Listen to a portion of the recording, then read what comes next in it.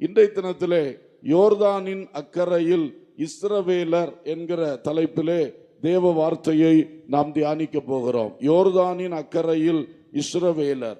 யோசுவா புத்தகம் 5ஆம் அதிகாரம் 1ஆம் வசனத்தை கவனிப்போம். இஸ்ரவேல் புத்திரர் கடந்து தீரும் அளவும் கர்த்தர் யோர்தானின் தண்ணீரை அவர்களுக்கு முன்பாக வற்றி போக பண்ணினதை யோர்தானுக்கு மேல்கரையில் குடியிருந்த எமோரியரின் சகல ராஜாக்களும் சமுத்திரத்தருகே குடியிருந்த கானானியரின் சகல ராஜாக்களும் கேட்டது முதற்கொண்டு அவர்கள் இருதயம் கரைந்து இஸ்ரவேல் புத்திரருக்கு முன்பாக சோர்ந்து போனார்கள். அல்லேலூயா. 4ஆம் அதிகாரம் 8ஆம் வசனத்திலே பார்க்கிறோம். யோசுவா கட்டளையிட்டபடி இஸ்ரவேல் புத்திரர் செய்து கர்த்தர் யோசுவாவோடு சொன்னபடியே இஸ்ரவேல் புத்திரருடைய கோத்திரங்களின் லெக்கத்துக்கு சரியாக 12 கற்களை யோர்தானின் நடுவில் எடுத்து அவைகளை தங்களோட கூட அக்கறைக்கு கொண்டு போய் தாங்கள் தங்கின இடத்திலே வைத்தார்கள். அல்லேலூயா. இஸ்ரவேல் ஜனங்கள் யோர்தானின் அக்கறையில் வந்து சேர்ந்தார்கள் என்கிறதை இந்த வாசித்த வசனங்களிலே நாம் பார்க்கிறோம். இஸ்ரவேல் ஜனங்கள் 40வது ஆண்டு நிறைவிலே அவர்கள் யோர்தானை கடந்து அக்கறைப்பட்டு கர்த்தர் அவர்களுடைய முற்பிதாவாகிய ஆபிரகாமுக்கு கொடுத்த வாக்குத்தத்த பூமியாகிய கானான் தேசத்திலே கால் மிதித்தார்கள். அல்லேலூயா, அல்லேலூயா. இன்றைக்கு இந்த இஸ்ரவேலுடைய சந்ததி சரித்திரத்தை ஒன்று சுருக்கமாய் நான் சொல்லி மோசே மூலம் அவர்கள் இந்த 40 ஆண்டுகள் நடத்தப்பட்ட விஷயங்களை சற்று விரிவாய் சொல்லி அவைகளில் தொக்கி இருக்கிற சத்தியங்களையும் உங்களுக்கு சொல்லும்படியாக விரும்புகின்றேன். தயவாய் உங்கள் கவனத்தை முழுமையாய் இங்கேயே வைத்துக் கொள்ளும்படி அன்போடு கேட்டுக்கொள்ளுகிறேன். ஆமேன். அல்லேலூயா, ஸ்தோத்திரம். முதலாவது ஆபிரகாமின் சந்ததி. இந்த இஸ்ரவேலர் என்று சொல்லுகிறவள் யார்? இவர்கள் ஆபிரகாமின் சொல்லுவோம். யாரு? ஆபிரகாமின் சந்ததி. ஏசாயா 51ஆம் அதிகாரம் 2ஆம் வசனத்தை வாசிங்க. ஏசாயா 51:2.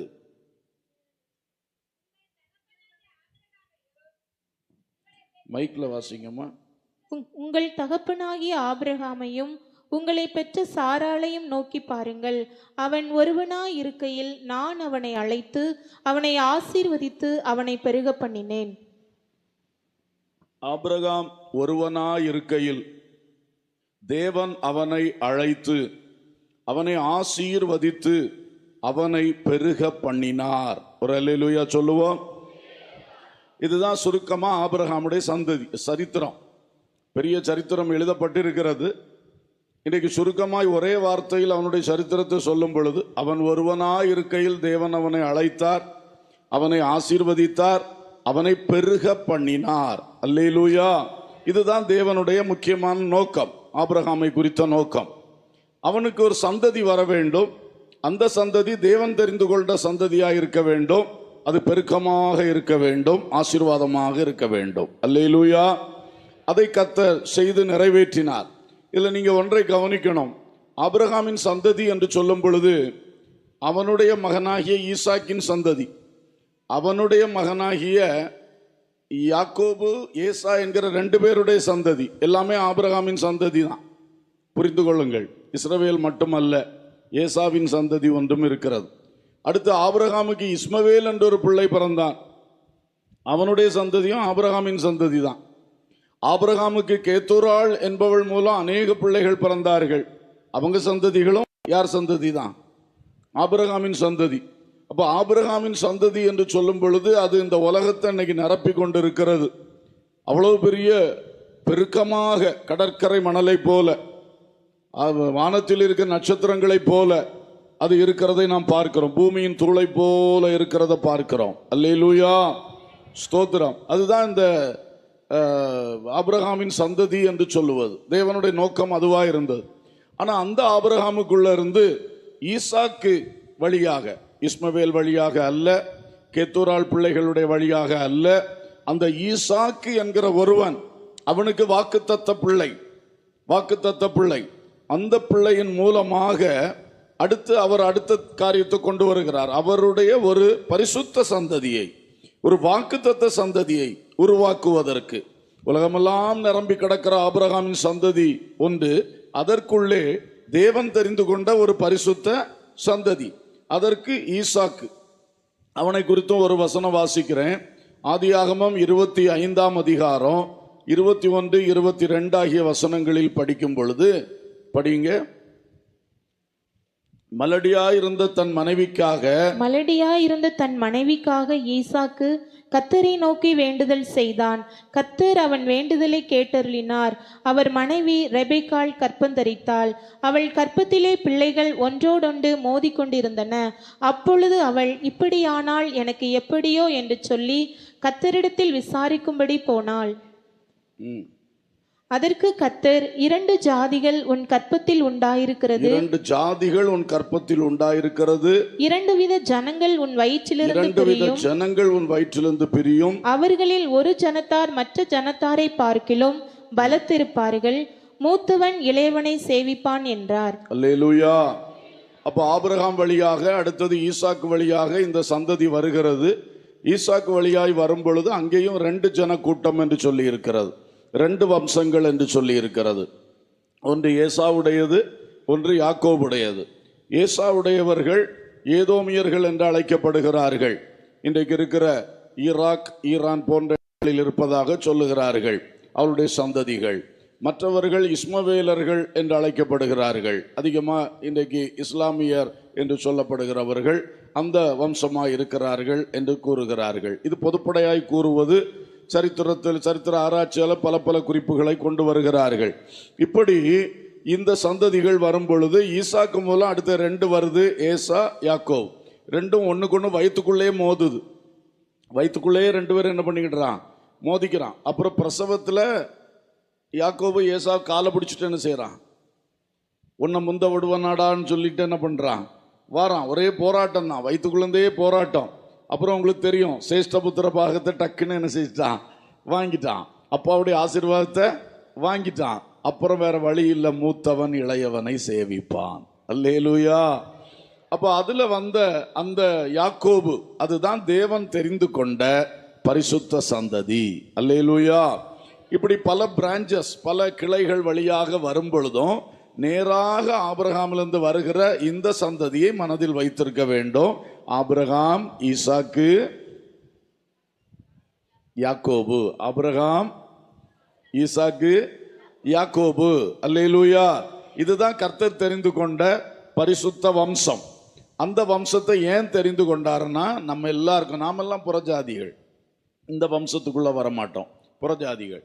அப்போ இந்த நம்ம எல்லாரும், உலகத்தில் இருக்கிற அத்தனை பேரும் கர்த்தரை பற்றி அறிவதற்காக, கர்த்தருடைய திட்டங்கள், கர்த்தருடைய காரியங்கள் ஒவ்வொன்றையும் அறிவதற்காக, அதற்கு தான் இந்த ஜனத்தை அவர் தெரிந்து கொண்டார். மற்றபடி ஒரு பட்சபாதமோ வேற ஒன்றோ கிடையாது. அல்லேலூயா. ஒரு ஆளை கையில் எடுத்து காட்டணுமே. கிளாஸ்ல ஒரு பையனை கூப்பிட்டு விட்டு டெமான்ஸ்ட்ரேஷன் பண்ணுவாங்க, காட்டி கொடுப்பாங்க. அப்போ எல்லா பிள்ளைகளுக்கும் புரியும். இதே மாதிரி தான் அந்த உலகத்தில் ஆண்டவர் ஆபிரகாமை தூக்கி நிறுத்தி, இவன் பாரு என்னை விசுவாசித்தான், எனக்கு கீழ்ப்படிந்தான், நான் அவனை எப்படி ஆசீர்வதிச்சிருக்கேன் பாரு, அவனுக்கு சொன்ன வாக்கு தத்தத்தை எப்படி நான் தலைமுறைகளில் நிறைவேற்றி இருக்கிறேன் பார், நீயும் என்னை பின்பற்றி உன்னையும் ஆசீர்வதிப்பேன், உன்னையும் மேன்மைப்படுத்துவேன், உன்னிலும் தேவ திட்டத்தை நிறைவேற்றுவேன். இதுதான் தேவனுடைய காரியம். அல்லேலூயா. ஆகவே இப்பொழுது யாக்கோபின் சந்ததி, ஆபிரகாம் சந்ததி, 2வது ஈசாக்கின் சந்ததியை சொன்னேன், 3வது யாக்கோபின் சந்ததி. இந்த யாக்கோபு என்பவனுக்கு தான் கர்த்தர் இஸ்ரவேல் என்ற பெயரை சூட்டினார். அல்லேலூயா. அந்த பெயரை சூட்டினது யாரு? அப்பா அம்மா இல்லை. அப்பா அம்மா யாக்கோபுன்னா பேர் வச்சாங்க. ஆனா கர்த்தர் ஒரு நாள் இந்த யாக்கோபுக்கு என்ன பேர் வச்சாரு? இஸ்ரவேல். இஸ்ரவேல்னா தேவனுடைய பிரபு என்ற அர்த்தம். அல்லேலூயா. அப்படி தேவன் இவனை தெரிந்து கொண்டார். ஆபிரகாமின் சந்ததியில் பலர் வந்தார்கள், அதிலே ஒருவர் யாக்கோபு. அந்த யாக்கோபை தேவன் தெரிந்து கொண்டு தன்னுடைய பிரபுவாக, தன்னுடைய மந்திரியாக, தன்னுடைய ஸ்தானாபதியாக தேவன் அவனை தெரிந்து கொண்டார். ஒரு அல்லேலூயா சொல்லுவோம். கர்த்தருக்கு ஸ்தோத்திரம். இப்போ இவனை பற்றி பார்ப்போம். இவன் கிட்ட இருந்து தான் உண்மையில இப்ப இருக்கிற இஸ்ரவேலின் சந்ததி புறப்பட்டிருக்கிறது. ஆபிரகாமுடைய சந்ததி என்று சொன்னாலும் அது ரொம்ப வைடா இருக்கு, நிறைய பேர் இருக்கிறாங்க இல்லையா? அதனால ஆபிரகாமியர் என்று சொல்லப்படுகிறது இல்லை. ஈசாக்கியர் என்று சொல்லப்படுகிறது இல்லை, அதே வேளையில் இஸ்ரவேலர் என்ற ஒரு கூட்டம் இருந்து கொண்டிருக்கிறது. அல்லேலூயா. இந்த இஸ்ரவேலர் என்று சொல்லும் பொழுது யாக்கோபுக்கு 12 ஆண் மக்கள், 12 பேரும் இந்த இஸ்ரவேலர் என்கிற கூட்டத்துக்குள்ள இருக்கிறாங்க. மற்றதெல்லாம் அப்படி இல்லை, வித்தியாசம். ஆனா இந்த 12 பேரும் 12 ஜாதியா பிரிஞ்சு போகல, அதை கவனித்துக் கொள்ளுங்க. இஸ்மவேல்லாம் அவன் ஒரு ஜாதி, அவன்கிட்ட பிறக்கிற பிள்ளைகளாம் தனித்தனியா அப்படி அப்படி போய் சிதறி சிதறி போகுது. கேத்துரால் பிள்ளைகளுடைய பிள்ளைகள் சிதறி சிதறி போகுது உலகமெல்லாம். ஏசாவுடைய வம்சம் சிதறி சிதறி போகுது. ஆனா இந்த இஸ்ரவேல் வம்சத்தை மட்டும் பார்த்தீங்கன்னா 12 பிள்ளைகள் ஒரே தகப்பனுக்கு இருந்தாலும் 12 ஒன்னா இருக்குது, இன்னைக்கும் ஒன்றுபடுத்தி கொண்டே இருக்கிறார்கள். அல்லேலூயா. அவர்கள் பிற்பாடு சரித்திரத்திலே தேவனுக்கு கீழ்ப்படியாம போனதுனால சிதறடிக்கப்பட்டார்கள். அசீரியருடைய காலத்திலே, அடுத்து பாபிலோனியருடைய காலத்திலே, பல காலங்களில் சிதறி போய் இன்றைக்கு இந்தியாவிலும் இருக்கிறாங்க அந்த இஸ்ரவேலர்கள் உடைய சந்ததிகள். ஆனா இப்ப அவங்க அந்த இதை பார்த்து பார்த்து திரும்ப அங்க போய் குடியேறாங்க. இஸ்ரவேல் தேசத்துல போய் நம்மெல்லாம் ஒன்னா இருக்கணும்னு சொல்லி குடியேறுகிறார். நீங்க எந்த கோத்திரம், நீங்க எந்த கோத்திரம்னு கண்டுபிடிச்சு ஒண்ணு சேர்க்கிறாங்க. இப்படி வேற எங்க நடந்ததா சரித்திரத்துல இல்லவே இல்லை. அல்லேலூயா. சோ பல சிறப்புகளுக்குட்பட்ட ஒரு பெரிய ஒரு ஜனக்கூட்டம் தான் இந்த இஸ்ரவேலர் என்று சொல்லுகிறது. இவங்க சரித்திரத்தை நம்ம கொஞ்சம் பார்ப்போம். இதுல முதலாவது இது எப்ப ஸ்டார்ட் ஆகுது? யாக்கோபு அந்த ஈசாக்குக்கும் ரெபெக்காளுக்கும் பிள்ளையாக குணசாலியாய் கூடாரவாசியாய் அவன் தன் வீட்டிலே வாழ்ந்து வருகிறான். ஒரு அண்ணன் உண்டு, இரட்டை பிள்ளைகளாய் பிறந்தவர்கள் ஏசா. அவனுக்கும் இவனுக்கும் உள்ள போட்டி, அதில் சேஷ்டபுத்திர பாகத்தை வாங்கிக்கிட்டான், அப்பாவுடைய ஆசீர்வாதத்தை வாங்கிக்கிட்டான். அன்னைக்கு தான் அடுத்த கட்டம், ஒரு பெரிய ஒரு திருப்பு முனை வாழ்க்கையில் வருகிறது. அண்ணன் கொந்தளிக்கிறான், என்ன 2 முறை இவன் ஏமாத்திட்டான், இவனை விட மாட்டேன், நான் இவனை கொன்று போடுவேன். அப்போ அம்மா ஓடி போய் அப்பாட்ட சொல்றாங்க, பையன் உயிருக்கு ஆபத்து, அவனை மாமா வீட்டுக்கு அனுப்பிடுவோம். அவருடைய அந்த ரெபெக்காளுடைய தம்பி சகோதரன் லாபான் வீட்டுக்கு அனுப்பிடுவோம். உடனே அனுப்பினார்கள். இவன் திடீர்னு எதிர்பாராம அன்னைக்கு தன்னந்தனியாக ஒரு பயணம் புறப்பட்டான். அல்லேலூயா. இதுவரைக்கும் இந்த குடும்பத்திலே இந்த ஒட்டுறவுக்குள்ளேயே கிடந்தவன், தனிமை அறியாதவன், கைவிடப்படுவது என்னதென்று தெரியாதவன், துரத்தப்படுவது, சொந்த வீட்டிலிருந்து துரத்தப்படுவது என்பதை சிந்தனையில் கூட நினையாதவன், இன்னைக்கு சடனா திடீர்னு இதெல்லாம் சேர்ந்து அவன் தலையில வந்துருச்சு. ரொம்ப விரக்தியாகி விட்டான், ரொம்ப வெறுத்து போச்சு. ரொம்ப பயங்கரமான ஒரு சூழ்நிலையில் யாக்கோபு நிற்கிறான், தன்னம் தனியனாக நிற்கிறான். அவன் நடந்து கொண்டே இருந்தான். இருட்டி விட்டது. இப்ப தனிமையோடு சேர்ந்து இருளும் சூழ்ந்து, எல்லா இருளின் பயங்கரங்களும் அவனை சூழ்ந்து நிற்கிறது. அந்த நேரத்தில் இனி நடக்க முடியாது, வெளிச்சம் இல்லை, படுத்து விடுவோம் என்று சொல்லி ஒரு கல்லை எடுத்து தலையணை போல் வைத்து கொண்டு அங்கே நடுவழியிலே வனாந்தரத்திலே படுத்து கொண்டான். அல்லேலூயா. இந்த சூழ்நிலையிலிருந்து தான் அவனுக்கு ஒரு புதிய தொடுதல், புதிய திருப்பம் ஆரம்பிக்கிறது. அன்று இரவு கர்த்தர் அவனை சொப்பனத்தின் மூலம் சந்தித்தார். அல்லேலூயா. கொடுத்த வாக்குத்தத்தங்களை, அப்பாவுக்கு நினைப்பூட்டின வாக்குத்தத்தங்களை இந்த பேரனுக்கு ஆண்டவர் தெளிவாய் நேரடியாய் வந்து சொல்லி கொடுத்து அவனை ஊக்கப்படுத்தினார். அதிலிருந்து இவனுடைய வாழ்க்கை கர்த்தரோடு நடக்கிற வாழ்க்கையாய் தொடங்குகிறது. அல்லேலூயா. உங்கள் நன்றாயிருந்தவர்கள் திடீரென்று உடைக்கப்பட்டு, தனிமைப்படுத்தப்பட்டு, கைவிடப்பட்டு, துரத்தப்பட்டு, மிகுந்த சிறுமைப்பட்டு வேதனையோடு தவித்து கொண்டிருக்கிறீர்களா? யாக்கோபு இன்றைக்கு இஸ்ரவேல் என்று அழைக்கப்படுகிற தேவனுடைய மாபெரும் திட்டத்தின் நடுமையமாய் இருக்கிற அவன் அன்றைக்கு ஒரு நாள் அப்படி ஒரு சூழ்நிலைக்குள் சிக்கி இருந்தான். ஆகவே உங்கள் சூழ்நிலை குறித்து நீங்கள் அழுது கொண்டு இருக்கிறீர்கள், வேதனைப்படுகிறீர்கள், மிகுந்த கவலையோடு இருக்கிறீங்க. இன்னைக்கு அந்த கவலையை மாற்றுங்க. யாக்கோபின் சரித்திரம் உங்களோடு பேசுகிறது.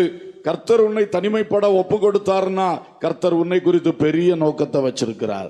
அல்லேலூயா. தனிமையில் தான் மனிதன் உருவாக்கப்படுகிறான். அந்த தனிமை எல்லாருக்கும் வராது. ஆனால் ஒருவேளை தனிமை நீ விரும்பாத நிலையில் உனக்கு வந்திருக்கிறது என்றால், அந்த தனிமையில் தேவ சந்திப்பு உனக்கு உண்டாகும் என்றால் நீ பாக்கியவான். அல்லேலூயா. என்ன குடும்பம் இது, என்ன உறவினர்கள், என்ன வேலை ஸ்தலம், என்ன எஜமான், எல்லாம் இப்படி இருக்காங்களே, என்னை புரிந்து கொள்ளவில்லையே, என்னை துரத்தி அடிக்கிற மாதிரி செய்றாங்களே, என்னை போட்டு கஷ்டப்படுத்துறாங்களே, என்னுடைய பாரம் யாருக்கும் புரியல, நான் தனிமையில் வாடுகிறேன், யாரிடத்தில் சொல்லுவேன் என்றெல்லாம் சொல்லி மிகுந்த மனக்கலக்கத்தோடு இருக்கிறாய் என்றால், சகோதரா சகோதரி, அன்றைக்கு யாக்கோபு நின்ற இடத்தில் நீ இன்றைக்கு நின்று கொண்டிருக்கிறாய். பயப்படாதே, கர்த்தர் உண்மையில் ஒரு பெரிய நோக்கத்தை வச்சிருக்கிறார். அல்லேலூயா. கர்த்தர் உன்னோடு பேச விரும்புகிறார், இடம் கொடு. கர்த்தர் உன்னை சந்திக்க விரும்புகிறார், இடம் கொடு. கர்த்தரை துதிக்க ஆரம்பி, ஸ்தோத்தரிக்க ஆரம்பி. கர்த்தரை இந்த சூழ்நிலையில் நோக்கிப்பார். இயேசுவே இயேசுவே என்று கூப்பிடு, கர்த்தர் உனக்கு வெளிப்படுவார். அல்லேலூயா. உன் தனிமை நாளைக்கு ஒரு பெரிய மேன்மையாய் கண்டிப்பாக மாறும் என்பதில் சந்தேகம் இல்லை. ஆதியாகமம் 28:11, ஒரு இடத்தில் வந்து சூரியன் அஸ்தமித்தபடியினால் அங்கே ராத்தங்கி அவ்விடத்து கற்களில் ஒன்றை எடுத்து தன் தலையின் கீழ் வைத்து அங்கே நித்திரை செய்யும்படி படுத்து கொண்டான். அல்லேலூயா. தனிமையில் நிற்கிற இஸ்ரவேல் இந்த பெரிய பரிசுத்த சந்ததியை கட்டி எழுப்புறதுக்கு ஒரு மனுஷனை தனிமையில் நிறுத்தி இருக்கிறார். ஒரு மனுஷனை இருளுக்குள்ள கொண்டு நிறுத்தி இருக்கிறார். இருள் சூழ்ந்த நேரம், தனிமையின் வேளை, அவனை தனிப்படுத்தி அங்க கொண்டு வச்சுட்டு அவர் அவனை சந்தித்து பேசினார். அல்லேலூயா, அல்லேலூயா. ஒருவேளை இந்த தனிமைப்படுத்தப்படுதல், இந்த இருளுக்குள் தள்ளப்படுதல் போன்ற சூழ்நிலை அவனுக்கு வராம வீட்டில் நல்லா பெட்ல படுத்திருக்கும் போது இந்த சொப்பனம் வந்திருந்தா இந்த சொப்பனத்துக்கு அர்த்தமும் புரியாது, அவன் இந்த சொப்பனத்துக்கு ஒரு மதிப்பும் கொடுத்துருக்க மாட்டான். ஏன்னா அவனுக்கு எல்லாம் நல்லபடியா நடந்துகிட்டு இருக்குல்ல, ஜாலியா இருக்கானே. அப்போ ஆண்டவரை பற்றி இந்த சொப்பனங்களை அவன் பெருசா என்ன செஞ்சுக்க மாட்டான், எடுத்திருக்க மாட்டான். கர்த்தர் எல்லாம் கரெக்டா செய்கிறார். அல்லேலூயா. சரி, அந்த தனி மனிதன் இப்ப அந்த தனி மனிதன் எங்க போய் கொண்டிருக்கிறான்? அவன் மாமா வீட்டுக்கு போய் கொண்டிருக்கிறான். கானான் தேசத்தில் அவங்க அப்பா இருக்கிறாரு. அங்கிருந்து புறப்பட்டு சீரியா தேசத்திற்கு அவன் போய் கொண்டிருக்கிறான். சீரியா தேசத்திலே பதான் அராம் என்று சொல்லுகிற இடத்திலே அவனுடைய அந்த மாமா, தாய் மாமா, அவர் தான் லாபான். லாபான் அங்கே தங்கி இருக்கிறார். லாபான் அவன் முன்ன பின்ன பார்த்திருக்கவே மாட்டான். ஆனா இப்பொழுது அங்கே போகிறான். கர்த்தருக்கு ஸ்தோத்திரம். அப்புறம் பாருங்க, அந்த அந்த யாக்கோபு அங்க போயிட்டு திரும்ப வந்த பொழுது சொன்ன ஒரு வார்த்தையும் உங்களுக்கு வாசித்து காட்டுறேன். 20 வருஷம் பதான் அராமில் இருந்தான். அங்கிருந்து அவன் திரும்ப வரும்போது சொன்ன ஒரு வார்த்தை ஆதியாகமம் 32:10 இருக்கு. அடியேனுக்கு தேவரீர் காண்பித்த எல்லா தயவுக்கும் எல்லா சத்தியத்துக்கும் நான் எவ்வளவேனும் பாத்திரன் அல்ல. நான் கோலும் கையுமாய் இந்த யோர்தானை கடந்து போனேன். இப்பொழுது 2 பரிவாரங்களையும் உடையவனானேன். அல்லேலூயா. கோலும் கையுமான தன்னந்தனியனாய், ஒன்றுமில்லாமல் வெறுங்கையாய் நான் இந்த யோர்தானை கடந்து எங்க மாமா வீட்டுக்கு போனேன். ஆனா இப்பொழுது 20 ஆண்டுகள் தாண்டி நான் திரும்ப எங்க அப்பா வீட்டுக்கு வரும் பொழுது இப்பொழுது நான் கோலும் கையுமா இருக்கல, நான் வெறுமையா இருக்கல, 2 பரிவாரங்களுக்கு உரிமையாளராய் மாறி இருக்கிறேன். அல்லேலூயா. அது என்ன 2 பரிவாரங்கள் என்று நமக்கு தெரியவில்லை. அவர் ஒருவேளை அவருடைய மனுஷ கூட்டத்தையும் மிருக கூட்டத்தையும் ஒருவேளை சொல்லி இருக்கலாம் என்று எடுத்துக்கொள்வோம். ஏன்னா அவரோடு பிள்ளைகள் எல்லாம் சேர்ந்து ஒரு பெரிய கூட்டம் வருகிறது. அதோடு கூட வேலைக்காரிகள் என்ற ஒரு கூட்டம் வருகிறது. இப்படி மனுஷ கூட்டமே பெரிய கூட்டமா வருகிறது அவரோடு. அதோடு கூட அடுத்தது அவருக்கு ஏராளம் மிருக ஜீவன்கள். அல்லேலூயா. அப்போ அவர் சொல்ல, நான் 2 பரிவாரங்களோடு என்ன பண்றேன், நான் வருகிறேன் என்று ஒரு சாட்சி கொடுத்தார். ஸ்தோத்திரம். தனிமையில் சென்றவன் ஒரு 2 பரிவாரங்களை உடையவனாய் வருகிறான் என்பதை பார்க்கிறோம். அப்ப பாருங்க, அவனுக்கு சீரியாவின் பதான் அராமிலே நடந்தது என்னன்னு சொன்னா, தனியா போனவன் குடும்பம் ஆயிட்டான். அல்லேலூயா. தனியா போனவன் இப்ப யாரா மாறிட்டான், குடும்பஸ்தனாக மாறிவிட்டான்.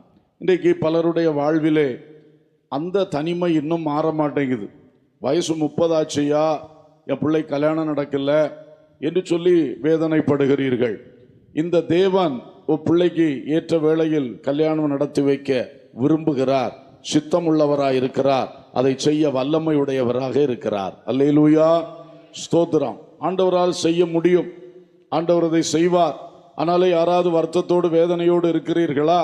கர்த்தர் ஒரு குறிப்பிட்ட நோக்கத்தோடு தான் உங்களுக்கு சில வருஷங்கள், மற்றவர்களுக்கெல்லாம் கல்யாணம் ஆயிற்று, உங்க வயசுல இருந்தவங்க எல்லாம் இப்போ பிள்ளைகளை பெற்றெடுத்து விட்டார்கள், நீங்க கல்யாணம் ஆகாம வீட்டில் இருக்கிறீங்க, வருத்தப்படாதீங்க. ஆனா தேவனை நோக்கி ஜெபம் பண்ணுங்கள், கர்த்தர் உங்களுக்கானதை செய்வார். அல்லேலூயா. ஈசாக்கு 40 வயசுல அவன் கர்த்தருக்கு காத்திருந்தான்.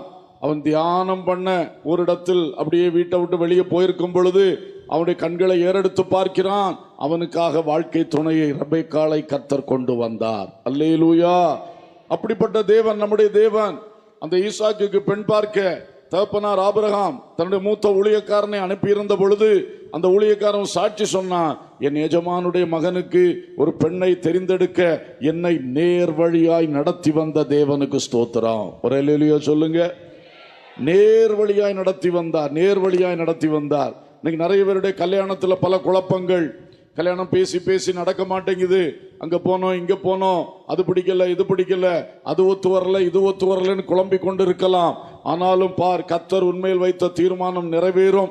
நீ கர்த்தரை தியானம் பண்ண ஆரம்பி. அல்லேலூயா. ஈசாக்கு கர்த்தரை தியானம் பண்ணின பொழுது அவன் வாழ்க்கை அவர் முழுமை ஆக்கினார். அல்லேலூயா. ஈசாக்கு கல்யாணம் ஆச்சு 40ஆம் வயசுல. அடுத்து 20 வருஷம் பிள்ளை இல்லை. அப்ப அடுத்ததும் ஒரு வெறுமையை உணர்ந்தான். அப்பமா அவன் என்ன செய்தான்? ஈசாக்கு மலடியா இருந்த தன் மனைவிக்கா என்ன பண்ணானா? ஜபம் பண்ணினான். அல்லேலூயா.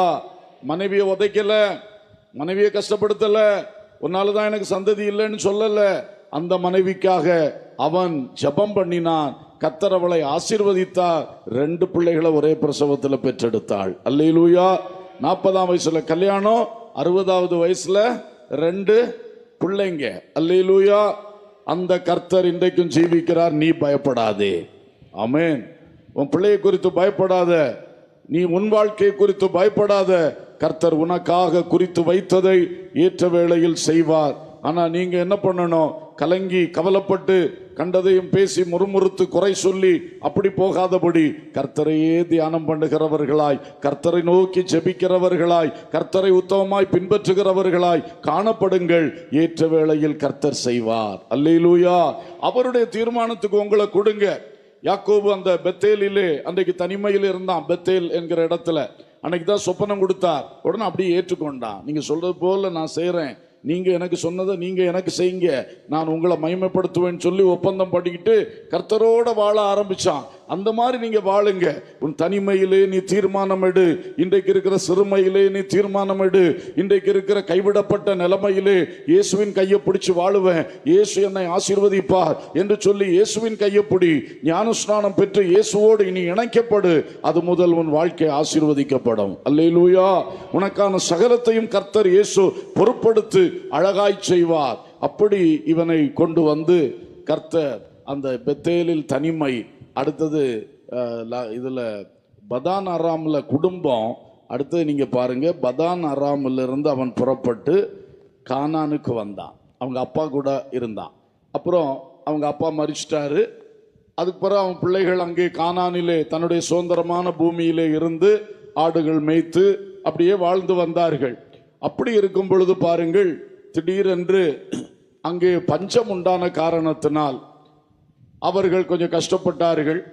அந்த பஞ்சத்திலே இவர்களை காப்பாற்ற தேவன் இவர்களில் ஒருவனாகிய யாக்கோபுடைய பிள்ளைகளில் ஒருவனாகிய யோசேப்பை எகிப்துக்கு கொண்டு போனார். அந்த ஸ்டோரியெல்லாம் சொல்ல ஆரம்பிச்சா டைம் போயிடும். அப்போ எகிப்துக்கு கொண்டு போய் அங்கே பெரிய அதிகாரியா மாற்றி வச்சிருந்தார். கரெக்டா பஞ்ச காலத்துல இந்த யாக்கோபின் குடும்பம் தானியம் வாங்குறதுக்குன்னு 1-2 தடவை போய் வாங்கிட்டு வந்தாங்க. பிறகு யோசேப்பு அழைப்பு கொடுத்தா, நீங்க மொத்தமா இங்கே வந்துருங்க, எகிப்திலே நாம் குடியேறி விடலாம் என்று சொல்லி. அப்போ அவங்க எல்லாம் சேர்ந்து கானானிலிருந்து அடுத்தது எகிப்துக்கு போனார்கள். அல்லேலூயா.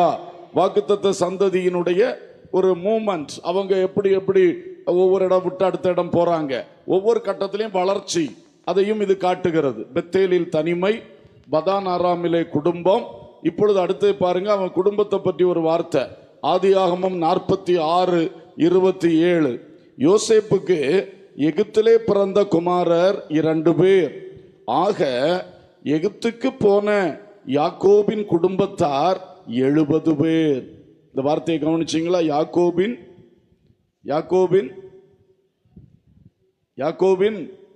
குடும்பத்தார், யாக்கோபின் குடும்பத்தார் எத்தனை பேர்? 70 பேர். உங்க குடும்பத்தார் எத்தனை பேர்? கர்த்தருக்கு ஸ்தோத்திரம். யாக்கோவின் குடும்பத்தார் 70 பேர். குடும்பம்னா ஒரு அப்பா அம்மாவுக்கு பிள்ளைகள் சேர்ந்தது, அதான் குடும்பம். அடுத்த வட்டம் உறவினர்கள்னு சொல்லுவோம் இல்லையா? இது குடும்பம். இந்த குடும்பமே இவனுக்கு எத்தனை பேர்? 70 பேர். அப்போ நெருக்கம் ஒரு பக்கம், கஷ்டம் ஒரு பக்கம், ஊர் விட்டு ஊர் ஓடுகிறது நிலைமைகள் எல்லாம் ஒரு பக்கம் இருந்தாலும், மறுபக்கம் அந்த நெருக்கத்தின் மத்தியிலே கர்த்தர் வளர்த்தி கொண்டு வருகிறார். ஏனென்றால் இவன் கர்த்தரால் தெரிந்து கொள்ளப்பட்டவன். அல்லேலூயா. இவன் கர்த்தர் சொல்லது கீழ்ப்படுகிறவன், இவன் கர்த்தரை விசுவாசித்து நடக்கிறவன். அதனால அவனுக்கு எவ்வளவு நெருக்கம் வந்தாலும் தனியனா இருந்து நெருக்கப்பட்டவன். லாபான் வீட்டில் போய் படு நெருக்கப்பட்டான். அந்த நெருக்கத்துக்குள்ளே அவனுக்கு 70 பேர் கொண்ட ஒரு குடும்பம் ரெடியாகி வந்தது. அல்லேலூயா. அப்போ உங்க வாழ்க்கையும் இப்படி தாங்க. பல நெருக்கங்கள் ஒரு பக்கம் இருக்கும், கஷ்டங்கள் ஒரு பக்கம் இருக்கும். ஆனா அந்த கஷ்டத்தின் நடுவிலே, நெருக்கத்தின் நடுவிலே நீங்கள் இயேசுவை உத்தமமா பின்பற்றினீங்கன்னா, இயேசுடைய வார்த்தைகளை கீழ்ப்படிஞ்சு நடந்தீங்கன்னா, கர்த்தருக்காக நீங்கள் வாழ்ந்தீர்கள் என்றால், மிக மிக நிச்சயமா நான் சொல்றேன், எல்லா நெருக்கத்தின் நடுவிலே நீங்க வளர்ந்து கொண்டே தான் இருப்பீர்கள், பெருகி கொண்டே தான் இருப்பீர்கள். அல்லேலூயா. கைகளை தட்டி ஒரு நேரம் அல்லேலூயா சொல்லுவோம். ஆமென். நிச்சயமாய் நெருக்கத்தில் நீ அழிந்து போக மாட்டாய், நெருக்கத்தில் நீ நாசமா போக மாட்ட, நெருக்கத்திலையும் நீ வளர்ந்து உயர்ந்து பெருகி கொண்டே தான் இருப்பாய். அதான் தேவ பிள்ளைக்கு இருக்கிற ஆசீர்வாதம். அதனால நீங்க நெருக்கத்தை பார்க்காம இப்ப இயேசுவோடு நெருங்குறத பாருங்க. நான் நெருக்கத்தை பார்த்து பயப்படுவதும் அழுவதும் விட்டு விட்டு இயேசுவோடு நான் எவ்வளவு நெருங்கலாம், இயேசுவை எப்படி பின்பற்றலாம், இதை கரெக்டா நீங்க செஞ்சிட்டீங்கன்னா கர்த்தர் உங்கள் வாழ்க்கையை இந்த எல்லா கஷ்டத்தின் ஊடாய் மேன்மைப்படுத்தி கொண்டே வருவார். அல்லேலூயா. சரி, இப்படி இந்த 70 பேர் சேர்ந்து தான் எகிப்துக்கு போனார்கள். எகிப்து நாட்டில் இவங்க போய் யாக்கோபு காலத்தில் போனவர்கள் 430 ஆண்டுகள் அந்த எகிப்து என்கிற அந்நிய தேசத்திலே இருந்தார்கள். பாருங்க, சரித்திரத்தையும் தேவனுடைய அந்த திட்டங்களையும் செயல்களையும் பாருங்க, ஆச்சரியமா இருக்கு. அவர் பெரிய பரிசுத்த சந்ததியை உருவாக்க விரும்புகிறாரு. ஆனால் எவ்வளோ வருஷம் எடுக்கிறாரு பாருங்க. ஆபிரகாம்லேருந்து டைரக்டாக அதை தொடங்கலை, ஈசாக்கிலேருந்து தொடங்கலை, யாக்கோபுல பேரனுக்கிட்ட தான் தொடங்குறார். 3ஆம் தலைமுறையிலேருந்து தான் அவருடைய வாக்குத்தத்தத்தினுடைய அதுக்கே வடிவம் கொடுக்கிறார். அடுத்ததும் பாருங்க, அவனை கொண்டு போய் 20 வருஷம் ஒருத்தனை 70 பேர் ஆக்கியிருக்கிறார், குடும்பமாக மாற்றி இருக்கிறார். அடுத்தது திரும்ப இந்த 70 பேரை கொண்டு எங்கே போகிறாரு? எங்க கொண்டு போனாரு? எகிப்து, அந்நிய தேசத்துல. ஆனா இது தெரிந்து கொள்ளப்பட்ட சந்ததி. இவங்களை அந்த கானான்லே வச்சு வளர்த்தல அவரு, கொண்டு போய் அடுத்த தேசத்துல போட்டு அங்க ஏகப்பட்ட நெருக்கம், அடிமைத்தனம், பயங்கரமான கொடூரமாக நடத்தப்படுகிற அனுபவங்கள். சும்மா 1 வருஷம் 2 வருஷம்ல 430 வருஷம், எத்தனை தலைமுறைகள் கடந்து போயிருக்கும். ஆண்டவர் பொறுமையோடு இருக்கிறார், ஆனால் வாக்குத்தத்தத்திலே உண்மை உள்ளவராயிருக்கிறார். ஒரு அல்லேலூயா சொல்லுவோம். இன்னைக்கு நம்ம நேத்தைக்கு ஆண்டவர் தீர்க்க தரிசனம் சொன்னார், இன்னைக்கு காரியம் நடக்கலையேன்னு வருத்தப்பட்டுக்கிட்டு இருக்கோம். அப்படிதானே? நேத்தைக்கு ஆண்டவர் சொன்னார், இன்னைக்கு நடக்கலையேன்னு சொல்லி. தேவன் சொன்னதை செய்வார், சந்தேகமே இல்லை. அல்லேலூயா. நாம் அதற்கு பாத்திரராய் இருக்கணும். நம்ம கிட்ட நம்ம காலத்துல செய்ய வேண்டியதை நம்ம காலத்துல செய்வார், நம்முடைய சந்ததிகளுடைய காலத்துல செய்ய நினைத்ததை அப்படி செய்வார். ஆகவே பொறுமையோடு காத்திருக்க வேண்டும். அல்லேலூயா. இவன் பாருங்க, அடுத்தது 430 ஆண்டுகள் தாண்டி மோசேயின் தலைமையிலே இவர்கள் வெளியே வருகிறார். அப்போ ஒரு வசனம், யாத்திராகமம் 12ஆம் அதிகாரம் 37ஆம் வசனம் படிங்க. யாத்திராகமம் 12:37. இஸ்ரவேல் புத்திரர் ராமசேசை விட்டு கால்நடையாக பிரயாணம் பண்ணி சுக்கோத்துக்கு போனார்கள். அவர்கள் பிள்ளைகள் தவிர 6 லட்சம் புருஷராயிருந்தார்கள். 6 லட்சம் புருஷராய் மாறி இருக்கிறார்கள். 70 பேரா உள்ள போனவர்கள் இப்ப எத்தனை பேரா மாறி இருக்கிறாங்க? 6 லட்சம் புருஷர்கள் மட்டும். பிள்ளைகள் எண்ணிக்கையில் எடுக்கப்படலை, பெண்கள் எண்ணிக்கையில் வரல. அதெல்லாம் சேர்த்தா எத்தனை லட்சங்கள் வந்திருக்கும்? நிச்சயமா புருஷர்களை விட பெண்கள் கூட்டம் எங்குமே ஜாஸ்தி, இங்கேயும் அப்படித்தான் எப்பவுமே. அப்போ இதெல்லாம் பார்க்கும் பொழுது எவ்வளவு பெரிய லட்சங்களாக அவர்கள் மாறிவிட்டார்கள். அல்லேலூயா. அப்ப கர்த்தருடைய நோக்கம் ஆச்சரியமானது. ஒருவனை 70 பேர் கொண்ட குடும்பமா மாற்றி அந்த 70 கொண்டு எகிப்துக்குள்ள போட்டு, எகிப்து என்னும் இருப்பு காலவாயின்னு சொல்லி இருக்கு, அப்படி போட்டு ஃபர்னேஸ் அங்க போட்டு நெருக்கி உருக்கி உருவாக்கி இப்போ அவங்க ஒரு ஜனக்கூட்டமாக எகிப்திலிருந்து வெளியே வருகிறார்கள். அல்லேலூயா. ஒருவனாய் மாமா வீட்டுக்குள்ள போனவன், அந்த பதானாராமுக்கு போனவன், பதானாராமுக்குள்ள இருந்து ஆண்டவர் கொண்டு வந்தார் வெளியே. கானான்ல வரும்பொழுது அவர்கள் 70 பேர், அந்த 70 பேரை கொண்டு அங்க எகிப்துக்குள்ள போட்டு இப்போ 6 லட்சம் புருஷர்கள் மட்டும் என்று சொல்லுகிற நிலையிலே வளர்த்தி ஜனக்கூட்டமாய் ஒரு குட்டி தேசமா மாறிட்டான். அல்லேலூயா. எகிப்திலிருந்து அந்த தேசத்தை பிரித்தெடுத்தது போல கர்த்தர் மோசே காலத்தில் பிரித்தெடுத்து கொண்டு வந்தார். கர்த்தருக்கு ஸ்தோத்திரம். ஆகவே இஸ்ரவேலை தேவன் தெரிந்து கொண்டார். அவனை ஆசீர்வதிப்பேன், அவனை பெருக பண்ணுவேன் என்று சொன்னார். அதை அழகாக செய்தார். கொஞ்சம் காலங்கள் எடுத்தார். அதே போலதான் நம்ம வாழ்க்கையிலையும் கர்த்தர் நிச்சயமாய் ஆசீர்வதிப்பார், நிச்சயமாய் பெரிய காரியங்களை செய்வார். நீங்கள் பொறுமையோடு காத்திருங்கள். உங்களை ஆசீர்வதிப்பதே கர்த்தருக்கு பிரியம். நீங்கள் இஸ்ரவேலுக்குள்ள ஆசீர்வாதங்கள் கிறிஸ்து இயேசுவின் மூலம் நமக்கு வருகிறது. எனவே நம்மை ஆசீர்வதிப்பதே கர்த்தருக்கு பிரியம். ஆகையினால் நீங்க சோர்ந்து போகக்கூடாது. கர்த்தர் உங்களை நிச்சயம் மேன்மைப்படுத்துவார். அல்லேலூயா. இஸ்ரவேலை ஆசீர்வதிப்பதே கர்த்தருக்கு பிரியம். இஸ்ரவேலை ஆசீர்வதிப்பதே கர்த்தருக்கு பிரியம். இன்று நீயும் அவரை நம்பினால் உன்னையும் ஆசீர்வதிப்பார். இன்று நீயும் அவரை நம்பினார் உன்னையும் ஆசீர்வதிப்பார். இஸ்ரவேலை சேர்ந்து பாடுவோம். பிரியம். இஸ்ரவேலை ஆசீர்வதிப்பதே கர்த்தருக்கு பிரியம். இன்று நீயோ அவரை நம்பினார் உன்னையும் ஆசீர்வதிப்பார். இன்று நீயோ அவரை நம்பினார் உன்னையும் ஆசீர்வதிப்பார். இஸ்ரவேலை ஆசீர்வதிப்பதே கர்த்தருக்கு பிரியம். இஸ்ரவேலை ஆசீர்வதிப்பதே கர்த்தருக்கு பிரியம். அல்லேலூயா. நிச்சயமாய் யார் சோர்ந்து போய் வந்திருக்கிறீர்கள், யார் தளர்ந்த உள்ளத்தோடு வந்திருக்கிறீர்கள், ஆவியில் உற்சாகம் இழந்து வந்திருக்கிறீர்கள், உன்னை ஆசீர்வதிப்பதே கர்த்தருக்கு பிரியம். உனக்கு சொன்னதை நிச்சயம் நிறைவேற்றுவார். ஹல்லேலூயா. நீ மட்டும் பொறுமையாய் காத்திரு. சிலர்லாம் நல்ல பொறுமையா இருந்துட்டு கடைசி நேரத்தில் காரியம் நடக்கும்போது குழப்பிட்டு போயிடுவாங்க. அந்த மாதிரி நீங்க ஆகிடாதீங்க. அல்லேலூயா. இவ்வளவு காலம் பொறுமையா காத்திருந்தீங்க, அந்த காரியம் நடக்கிற காலம் சமீபமாக இருக்கிறது. இன்னும் தொடர்ந்து கர்த்தருக்கு காத்திருங்கள். கர்த்தர் உங்களுக்கு வாக்கு பண்ணினதை நிறைவேற்றுவார். அல்லேலூயா. சரி, இப்ப 4வதாக மோசேயின் ஜனம். ஆபிரகாமின் சந்ததி, ஈசாக்கின் சந்ததி, யாக்கோபு என்னும் இஸ்ரவேலின் சந்ததி. இந்த சந்ததி இப்பொழுது மோசையினால் வழிநடத்தப்படுகிறார்கள். அல்லேலூயா. எகிப்திலிருந்து அவர்களை வெளியே கொண்டு வந்ததும், வனாந்தரத்திலே 40 ஆண்டுகள் அவர்களை வழிநடத்தினதும் இந்த மோசே தான்.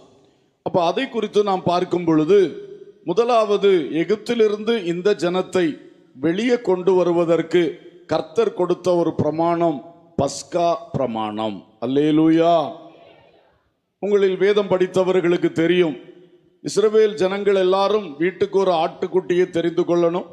அதை குறிப்பிட்ட நாள் சாயங்காலம் அடிக்கணும். அதோடைய ரத்தத்தை எடுத்து அவங்க வீட்டு வாசல்ல நிலைக்கால்களிலும் மேற்சட்டத்திலும் பூசணும். அந்த ஆட்டினுடைய இறைச்சியை ஆண்டவர் சொன்ன ஒழுங்கின்படி புசிக்கணும். இது பஸ்கா. இந்த பஸ்கா நடக்கும் பொழுது சங்கார தூதனை ஆண்டவர் அனுப்புவார். அவன் அழிக்கிற தூதன், கொல்லுகிற தூதன், அவன் வீடு வீடா வருவான். அந்த எகிப்து தேசத்திலே வீடு வீடா வரும்பொழுது எந்த வீட்டு வாசல்ல நிலைக்காலில் மேற்சட்டத்தில் ரத்தம் பூசப்படலையோ உள்ள புகுந்துருவான், தலை பிள்ளைய கொன்னுருவான். இப்படி நடக்கும். அப்ப இஸ்ரவேலர்கள் இந்த பஸ்கா பிரமாணத்துக்கு கீழ்ப்படிஞ்சதுனால அவங்க வீட்டுக்குள்ள சங்காரதூதன் போகல. எகிப்தியர்களுக்கு இது அந்நிய காரியமா தெரிஞ்சதுனால அவங்க இதை ஒன்றும் செய்யல. அவங்க எல்லா வீட்டிலையும் தலைப்பிள்ளை அழிந்தது. ஒரே நாளில் பயங்கர கொலை, மரண ஓலம். எகிப்தில் பார்வோன் வீடு தொடங்கி எல்லா வீடுகளிலும் அந்த முதல் பிறந்த பிள்ளை செத்து போனது. இது கர்த்தர் அடித்த அடி. இந்த இஸ்ரவேலரை துன்புறுத்தினதுக்கு கர்த்தர் கொடுத்த அடிகளில் ஒன்றுதான் இந்த தலைப்பிள்ளை சங்காரம் என்பது. அல்லேலூயா. அதுக்கு பிறகு தாங்க முடியாம பார்வோன் ராஜா இவங்களை போங்க போங்கன்னு விரட்டி வெளியே விட்டுட்டான். அல்லேலூயா. அது வரைக்கும் நாங்க போறோம் சொன்னா விட மாட்டான். ஆனா இப்போ அவனுக்கு முடியல, தாங்க முடியல. கர்த்தர் என்னை அடிக்கிறார், என்னை தண்டிக்கிறார். நான் இந்த ஜனத்தை இனி பிடிச்சு வச்சு நான் எனக்கு பயன்படுத்தி கொண்டிருக்க முடியாது, எனக்கு அடிமைப்படுத்தி வைத்திருக்க முடியாது என்று சொல்லி வெளியே விட கர்த்தர் கிரியை செய்தார். அல்லேலூயா. ரொம்ப ஆச்சரியம். உனக்கும் அப்படித்தான் மகளே, மகனே. உன்னை துன்பப்படுத்துகிறவர்களுக்கு கர்த்தர் நியாயம் தீர்ப்பார். ஒரு அல்லேலூயா சொல்லுங்க. தேவ ஜனத்தை, கர்த்தரை ஆராதிக்கிற பிள்ளைகளை, ரட்சிக்கப்பட்ட பிள்ளைகளை, ஞானஸ்நானம் பெற்று கர்த்தர் கரம் பிடித்து நடக்கிற பிள்ளைகளை யார் துன்பப்படுத்தினாலும் அவன் சும்மா தப்பி போக முடியாது. அல்லேலூயா. கர்த்தர் நீதி உள்ள நியாயாதிபதியாய் இருக்கிறார். அவர் எல்லாருக்கும் நீதி செய்கிறவர். குறிப்பாய் அவரை பின்பற்றுகிற பிள்ளைகளுக்கு அவர் நியாயம் செய்யாமல் இருப்பாரோ?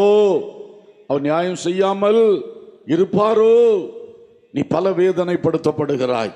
ஆனா என்ன சொல்ற, அவன் கெட்ட வார்த்தை பேசுறான், அவன் அதை பண்றான், அவன் இதை பண்றான். நான் இப்ப எதிர்த்து ஏதாவது பேசினேன்னா சாட்சி கட்டுருமே, ஏசப்பா நாமம் தூஷிக்கப்பட்டுருமே, நான் ஒரு தேவ பிள்ளை விசுவாசி என்று சொல்லுகிற அந்த நற்பெயரை இழந்து போவனே என்று அடக்கி அடக்கி நீ இருக்கிறாய். இந்த பாடுகளை எல்லாம் கர்த்தர் பார்க்கிறார். அல்லேலூயா. நாள் வரும், பார், நியாய தீர்ப்பை செய்வார். ஆமென். பார்வோன் 430 வருடமா இந்த ஜனங்களை ஆண்டு கொண்டிருக்கிறான். இந்த பார்வோனுக்கு தகப்பனாகிய பார்வோன் அப்படியெல்லாம் ஆண்டாங்க. ஆனா கடைசி கட்டத்துல ரொம்பவே அவங்களுக்கு துன்பம் கொடுத்தாங்க. ஆனா தேவன் ஒரு நாளை குறித்தார். அன்றைக்கு ஆண்டவர் நியாயம் தீர்த்தார். ஆமென். எப்போ நியாயம் தீர்த்தார்? இந்த அடிக்கப்பட்ட ஆட்டுக்குட்டியின் இரத்த கோட்டைக்குள் இவர்கள் வந்த பொழுது மற்றவர்களை நியாயம் தீர்த்தார். அல்லேலூயா. அதே மாதிரிதான் இன்றைக்கு 1 கொரிந்தியர் 5ஆம் அதிகாரம் 7ஆம் வசனத்திலே பார்க்கிறோம். நம்முடைய பஸ்காவாகிய கிறிஸ்து நமக்காக பலியிடப்பட்டிருக்கிறாரே. அல்லேலூயா. இஸ்ரவேலருக்கு பஸ்கா ஒரு ஆட்டுக்குட்டி. ஆனா நம்முடைய பஸ்கா தேவ ஆட்டுக்குட்டியாகிய, சொல்லுங்க, இயேசு கிறிஸ்து. அல்லேலூயா. தேவ ஆட்டுக்குட்டியா இயேசு கிறிஸ்து இன்றைக்கு நம்முடைய பஸ்காவாக அடிக்கப்பட்டிருக்கிறார். நாம் இயேசுவின் இரத்த கோட்டைக்குள்ள வந்திருக்கிறோம். ஆகவே நிச்சயமாய் நம்மை துன்பப்படுத்தின மக்களுக்கு ஆண்டவர் நியாயம் செய்வார். நாம் பட்ட துன்பங்களுக்கெல்லாம் நமக்கு விடுதலையும் வளர்ச்சியும் தருவார். அல்லேலூயா. சகோதரா, நீ இயேசுவுக்குள் வா. சகோதரி, நீ இயேசுவுக்குள் வா. இயேசுவின் இரத்த கோட்டைக்குள்ளே நீ தரித்திரு. கர்த்தருடைய பஸ்காவாகிய இயேசு கிறிஸ்துவை நீ ஏற்றுக்கொண்டு அந்த பஸ்கா ரத்தத்தின் பாதுகாவலுக்குள் நீ வா. உன் பாவம் மன்னிக்கப்படட்டும். இயேசுவின் ரத்தத்தால் நீ கழுவப்படு. உன் ஆத்துமா சுத்திகரிக்கப்படட்டும். கிறிஸ்துவுக்குள் புது சிருஷ்டியாக நீ மாறு. அப்பொழுது உனக்கு பெரிய பாதுகாவலை கர்த்தர் உனக்கு தருவார். அல்லேலூயா. பெரிய விடுதலையை தருவார்.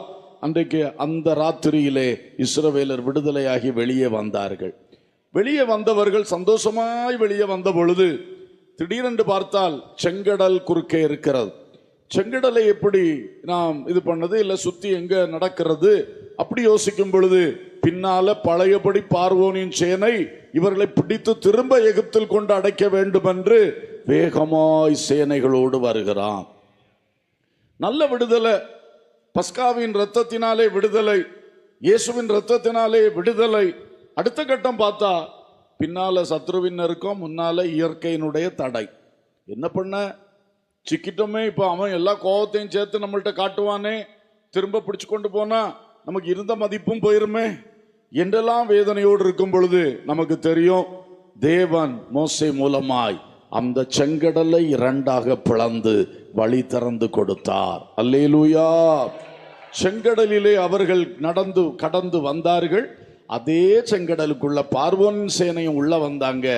இஸ்ரவேலர் கரையேறின உடனே, அக்கறையில் கரையேறின உடனே அந்த சமுத்திரத்தை திரும்ப வெள்ளம் மூடும்படி செய்து பார்வோனின் சேனையை கர்த்தர் கவிழ்த்து போட்டார். அல்லேலூயா. உன்னை இத்தனை காலம் நெருக்கின அந்த சேனை அந்த எகிப்தியனை என்றுமே இனி காண்பதில்லை என்று சொல்லும் வண்ணமாக, இன்று கண்ட எகிப்தியனை என்றுமே நீ காண மாட்டாய் சொல்லும் வண்ணமாக கர்த்தர் அந்த எகிப்திய சேனைகளை கவிழ்த்து போட்டார். அல்லேலூயா. பல காலமா உன்னோட போராடி கொண்டிருக்கிறார்கள்.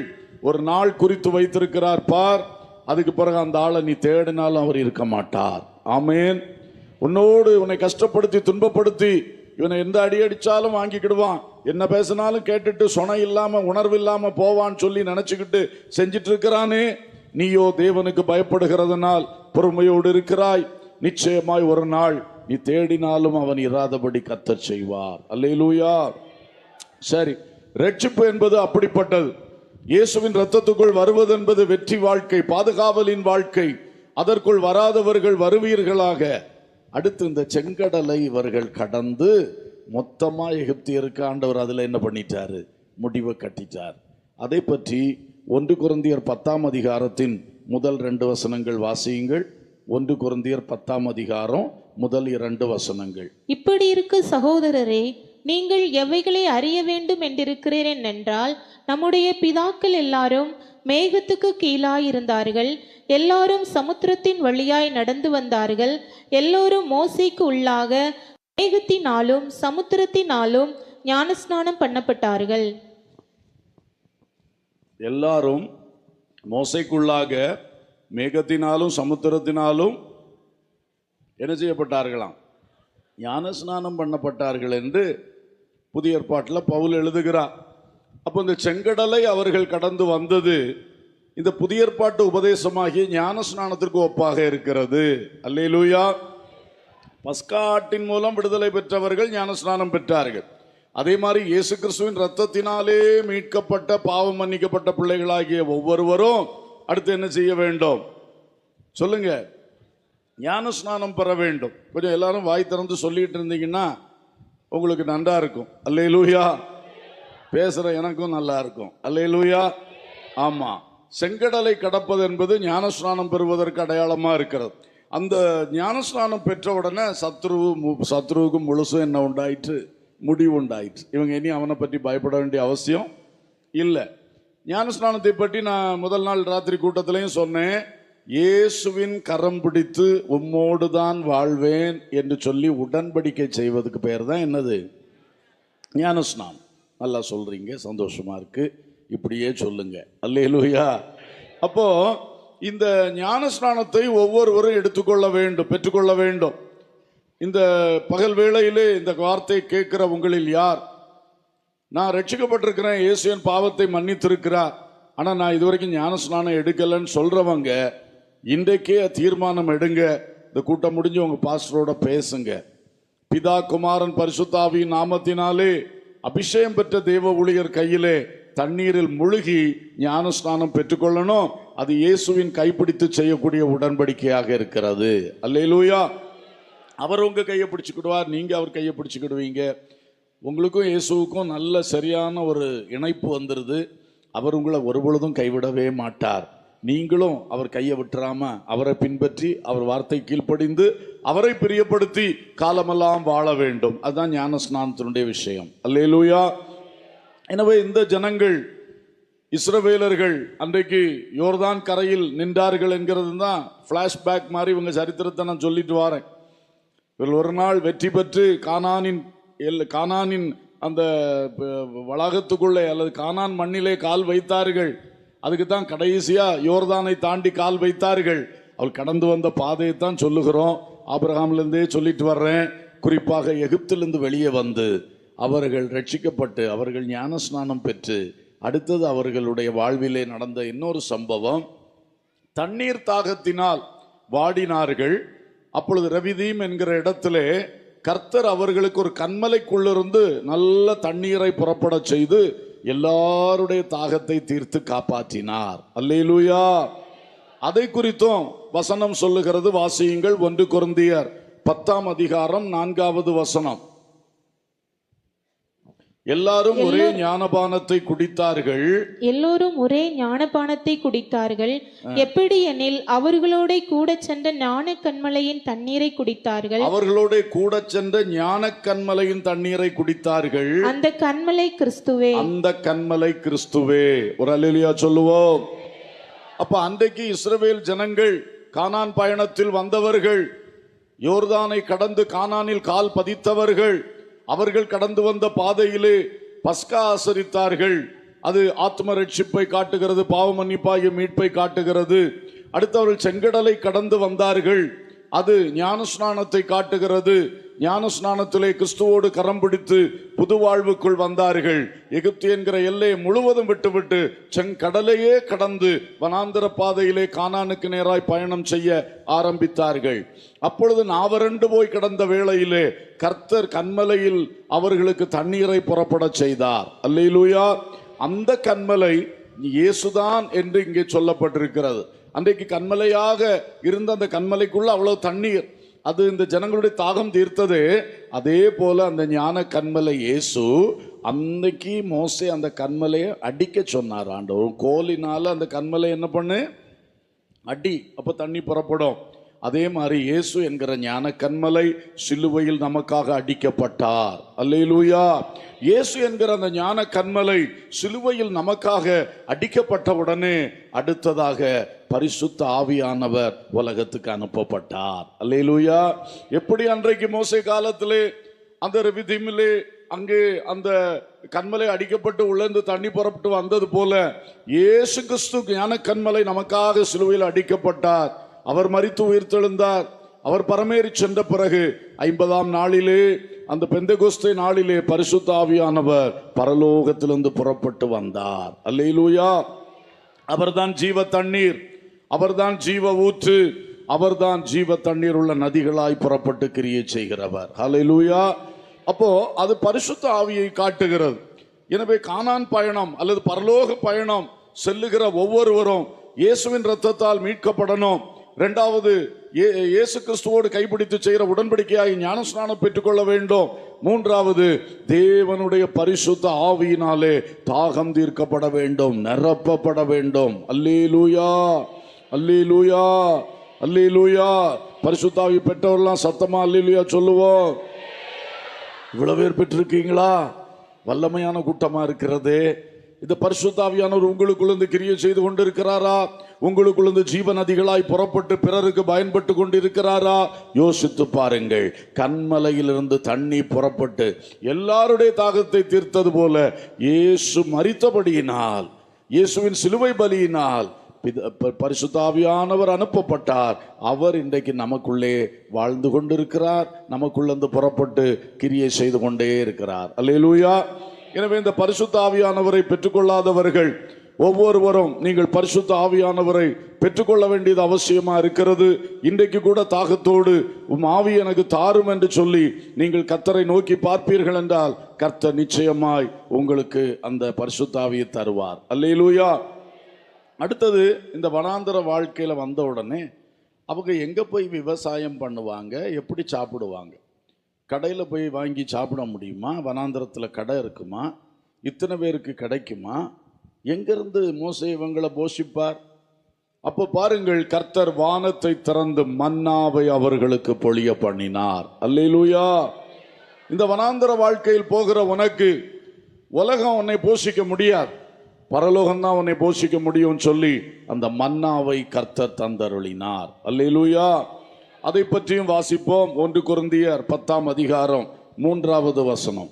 எல்லோரும் ஒரே ஞான போஜனத்தை புசித்தார்கள். எல்லாரும் ஒரே ஞான போஜனத்தை புசித்தார்கள். அன்றைக்கு அவர்கள் அத்தனை பேருக்கும் மன்னாதான், ஒரே போஜனம். 40 வருஷம் ஆண்டவர் அவங்களுக்கு டெய்லி காலையில வானத்திலிருந்து பொழிந்து கொடுத்துட்டே இருந்தார். தூதர்களின் அப்பம் என்று சொல்லி இருக்கிறது. அப்படிப்பட்ட அந்த இதை மன்னாவை கர்த்தர் கொடுத்து அவங்கள போஷிப்பித்தார். வானத்திலிருந்து வந்த அப்பம். அல்லேலூயா. யோவான் அப்போஸ்தலன் மூலம் சொல்லும் பொழுது இயேசு நானே வானத்திலிருந்து இறங்கி வந்த ஜீவ அப்பம் என்று சொன்னார். ஆமென். ஆகையினாலே ரட்சிக்கப்பட்ட பிள்ளைகள் இனி இந்த பரலோக பயணத்திலே, விசுவாச வாழ்வின் பயணத்திலே நாம முழுக்க முழுக்க இயேசுவ விசுவாசம் வாழணும். நாம விவசாயம் செய்து இன்னைக்கு விதைச்சிருக்கேன், அதனால கண்டிப்பா அறுவடை வரும், அப்படி நடக்கிற வாழ்க்கை அல்ல. நான் அங்கே நோக்கி பார்க்கிறேன், அங்கே இருந்து எனக்கு பொழிந்தருளுவார். அல்லேலூயா. இதான் விசுவாச வாழ்க்கை. இந்த விசுவாச வாழ்க்கை வாழணும். நீங்க ஆண்டவருக்குள்ள வந்தாச்சு, இயேசுக்குள்ள நடக்க ஆரம்பிச்சாச்சு. இனி நீங்க உலகத்தான போல உலகத்திலிருந்து கிடைக்கும், அது கிடைக்கும், இது கிடைக்கும் என்று இருக்காதபடி எல்லாவற்றுக்கும் வானத்தை நோக்கி பாருங்க, பரலோகத்தை நோக்கி பாருங்க, கர்த்தரை நோக்கி பாருங்க. அல்லேலூயா. உங்களுக்கான சகல நன்மைகளும், நன்மையான ஈவுகளும், பரிபூர்ணமான எந்த ஈவும் பரத்திலே உருவாகி ஜோதிகளின் பிதாவினிடத்திலிருந்து சொல்லுங்க இறங்கி வருகிறது. இந்த பிரின்சிபிளை மறக்க கூடாது. தேவ பிள்ளைகளுக்கு உலகத்தினுடைய நன்மையா இருந்தாலும் ஆவிக்குரிய ஆசீர்வாதமா இருந்தாலும் எல்லாமே எங்கிருந்தா வரும்? இதை மறக்கவே செய்யாதீங்க. சொல்லுங்க, எல்லாமே நமக்கு எங்கிருந்து வரும்? நம்ம போய் அங்கிருந்து வரும் இங்கிருந்து வரும் நினைச்சோம்னா ஃபெயிலியர் தான், தோல்வி தான் ஆகும். அவர் மாமா கொடுப்பாரு, சித்தப்பா கொடுப்பாரு, அப்பா கொடுப்பாருன்னு நினைச்சீங்கன்னா என்ன ஆயிடும்? கடைசியில தோல்வி தான் ஆகும், நடக்காது. மற்ற எல்லாருக்கும் நடக்கும், உனக்கு நடக்காது. ஏன்னா உனக்கு வழி எங்க இருக்கு? உன்னுடைய பொக்கிஷம் எங்க இருக்கு? அங்கிருந்து வரணும். அப்ப நம்ம எப்பவுமே வானத்தை பார்த்து நடக்கிறவர்கள், கர்த்தரை பார்த்து நடக்கிறவர்கள். அல்லேலூயா. உங்க வீட்டில் உள்ள சின்ன சின்ன தேவைக்கும் எங்க தான் பாருங்க? கர்த்தரை பாருங்க. உங்களுக்கு தந்த உழைப்பை கரெக்டா உழைச்சிட்டு இருங்க. சோம்பேறியா இருக்கக்கூடாது. சோம்பேறி கர்த்தர் ஒண்ணுமே கொடுக்க மாட்டார். ஆனா நம்ம கரெக்டா உழைச்சிட்டே இருக்கணும். ஆனா உழைப்பின் மேல நம்பிக்கை வச்சிடாம, நான் விதைச்சிருக்கேன் கண்டிப்பா அறுவடை ஆகணும் அது மேல நம்பிக்கை வைக்காம, ஏன்னா திடீர்னு அறுவடை ஆகாமலும் போகுது, எல்லாம் நம்ம தெரிஞ்ச விஷயம்தான். அதனால எது மேலேயும் நம்பிக்கை வைக்க முடியாது. ஆனா கர்த்தர் மேல நம்பிக்கை வச்சு அந்த மன்னாவினால் போஷிக்கப்பட்டு வாழுங்கள். அல்லேலூயா. அந்த மன்னா நானே என்றும் இயேசு வெளிப்படுத்தி இருக்கிறார். இயேசுவை டெய்லி காலையில பெற்றுக்கொள்ளுங்கள். அதிகாலை தோறும் இயேசுவை நோக்கி பாருங்கள். ஆண்டவர் உங்களை ஆசீர்வதிப்பார். இயேசு உங்க உள்ளத்தை நிரப்புவார். உங்களுக்கு வேண்டிய ஆலோசனைகளை கொடுப்பார். அந்த நாள் வாழ்க்கை உங்களுக்கு வெற்றியா இருக்கும். உங்களுக்கு அந்த மன்னாவை நீங்க பெற்றுக்கொள்ளணும், இயேசுவாகிய மன்னாவை. அது மட்டுமல்ல, கர்த்தர் வசனமாகிய மன்னாவையும் நமக்கு தருகிறார். அல்லேலூயா. வசனமாகிய மன்னா ஞான போஜனம். ஞான போஜனம்னா ஸ்பிரிச்சுவல் ஃபுட், ஆவிக்குரிய ஆகாரம் என்ற அர்த்தம். அதான் ஞான போஜனம், ஆவிக்குரிய ஆகாரம்.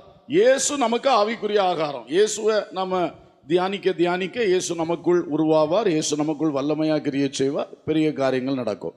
நம்ம வாழ்க்கை சரியான பாதையில் தேவராஜ்யத்துக்கு நேராக போகும். அடுத்தது வசனம். வசனம் வசனம் இந்த வசனத்தை டெய்லி அதிகாலையில் என்ன செய்யணும்? அதிகாலையில் எழும்பி ஜோம் பண்ணி இயேசுவை புசிக்கணும். அடுத்தது அதிகாலையில் வசனம் படித்து இந்த வசனங்களை என்ன செய்ய வேண்டும்?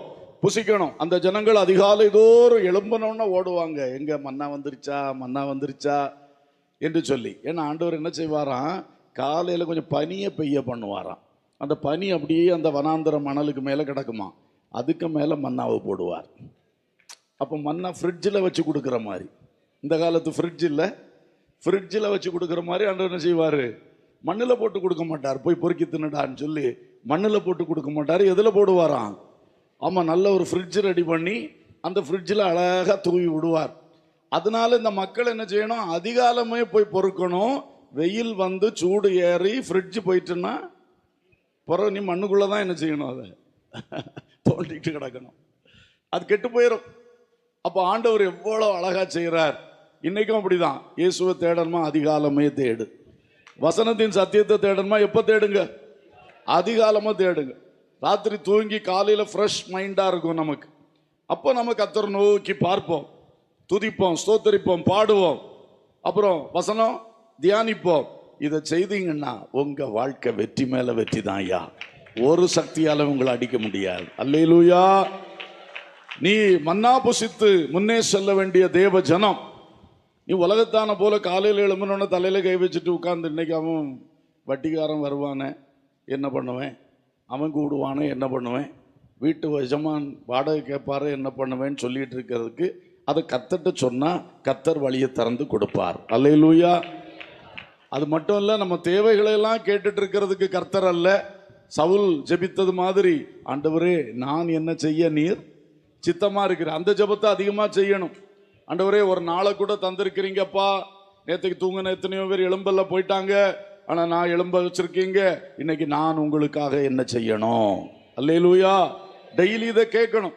என் வாழ்க்கையில உங்களுக்காக பிரியமா இருக்கும்படி என்ன சீர்திருத்தத்தை கொண்டு வரணும், எதுல திருந்தணும், எதை கரெக்ட் பண்ணணும், எதை எப்படி மாற்றணும். அது மட்டும் இல்ல, நான் உங்களுக்காக என்ன செய்யணும், என்ன செய்யணும், யார்கிட்ட பேசணும், என்ன செய்யணும், இயேசுவுக்காக. இயேசுவுக்காக அவர் அழகாக நடத்துவார்.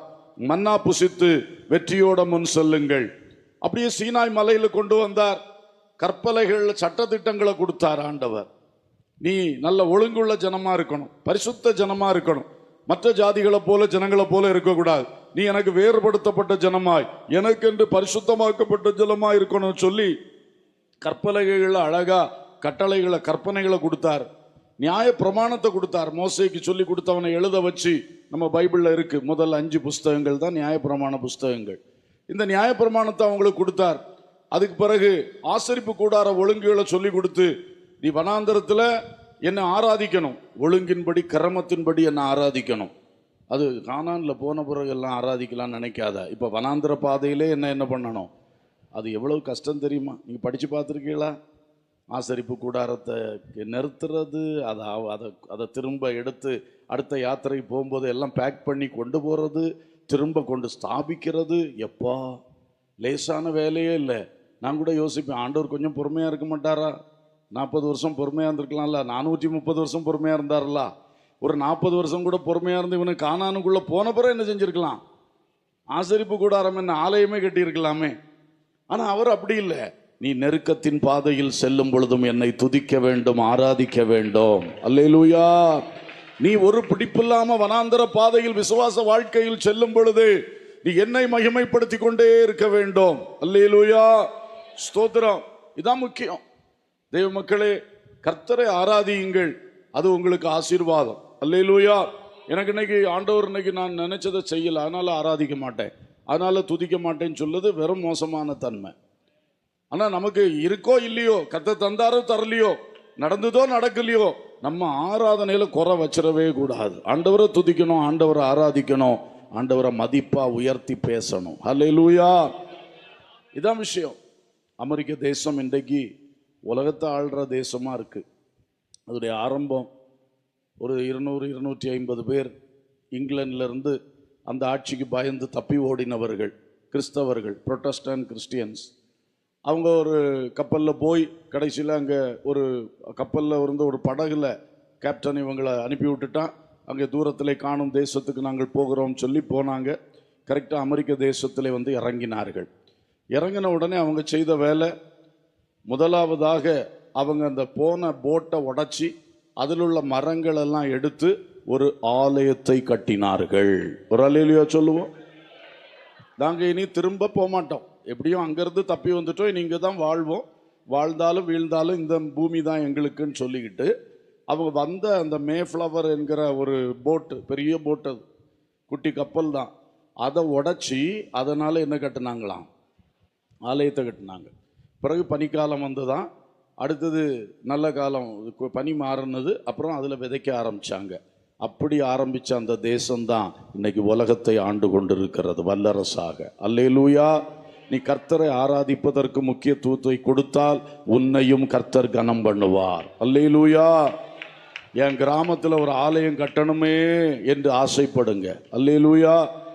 என் கிராமத்தில் ஒரு ஆலயம் கட்டணுமே. ஆலயம்னா ஆலயங்களை பார்த்துட்டு அப்படிலாம் நம்மளால் செய்ய முடியாது, அப்படி வேண்டாம். சிற்றாலயம்னாலும் அது ஆலயம்தான். அல்லேலூயா. ஒரு சின்ன கூடாரமானாலும் அது ஆலயம்தான்.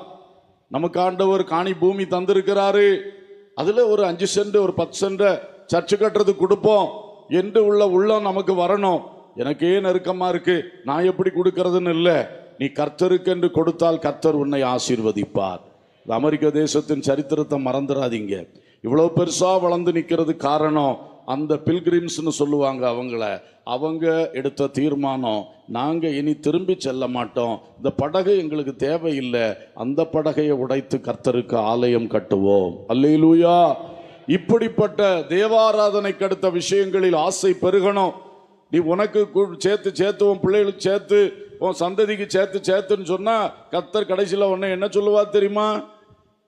என்ன சொல்லுவார்? மதிகேடனேன்னு சொல்லுவார். என்ன சொல்லுவார்? நான் சொல்லல, யார் சொன்னது? ஆமா, நம்ம பாஷையில என்னது மதிகேடனேன்னா? அப்போ நம்ம சொந்தமா நமக்குன்னு வாழ்ந்தோம்னா ஆண்டவர் என்ன சொல்றார் நம்மள?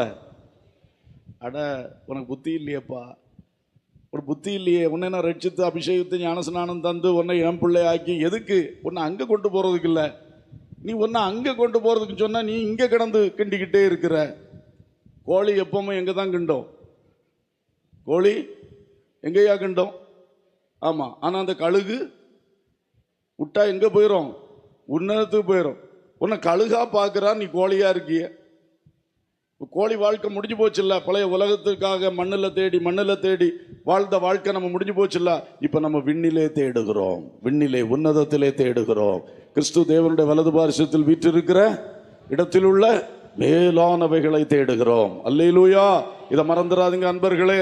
நான் அதே வார்த்தை சிலது சொன்னேன்னு உடனே கஷ்டப்பட்டுறாதீங்க. ஆனால் நம்ம உணரணும், நம்ம நல்லா ஆண்டவருக்காக இருக்கணும். மேலே தான் பார்க்கணும். நம்ம ஆகாரத்துக்காகவும் நம்ம வாழ்க்கைக்காக வழி நடத்துதலுக்காக எல்லாம் எங்கே தான் பார்க்கணும்? மேலே பார்க்கணும். கர்த்தரை அதிகமாய் ஆராதிக்க வேண்டும். அல்லேலூயா, அல்லேலூயா, ஸ்தோத்திரம். கானான் பயணமோ தூரம், எகிப்தை கடந்து நாம் சென்றிடுவோமே. கானான் பயணமோ தூரம், எகிப்தை கடந்து நாம் சென்றிடுவோமே. கர்த்தர் இயேசுவுடன் வருவாரே, கானானை களிப்புடன் சேர்ந்திடுவோமே. கர்த்தர் இயேசுவுடன் வருவாரே, கானானில் களிப்புடன் சேர்ந்திடுவோமே. கானான் பயணமோ தூரம், எகிப்தை கடந்து நாம் சென்றிடுவோமே.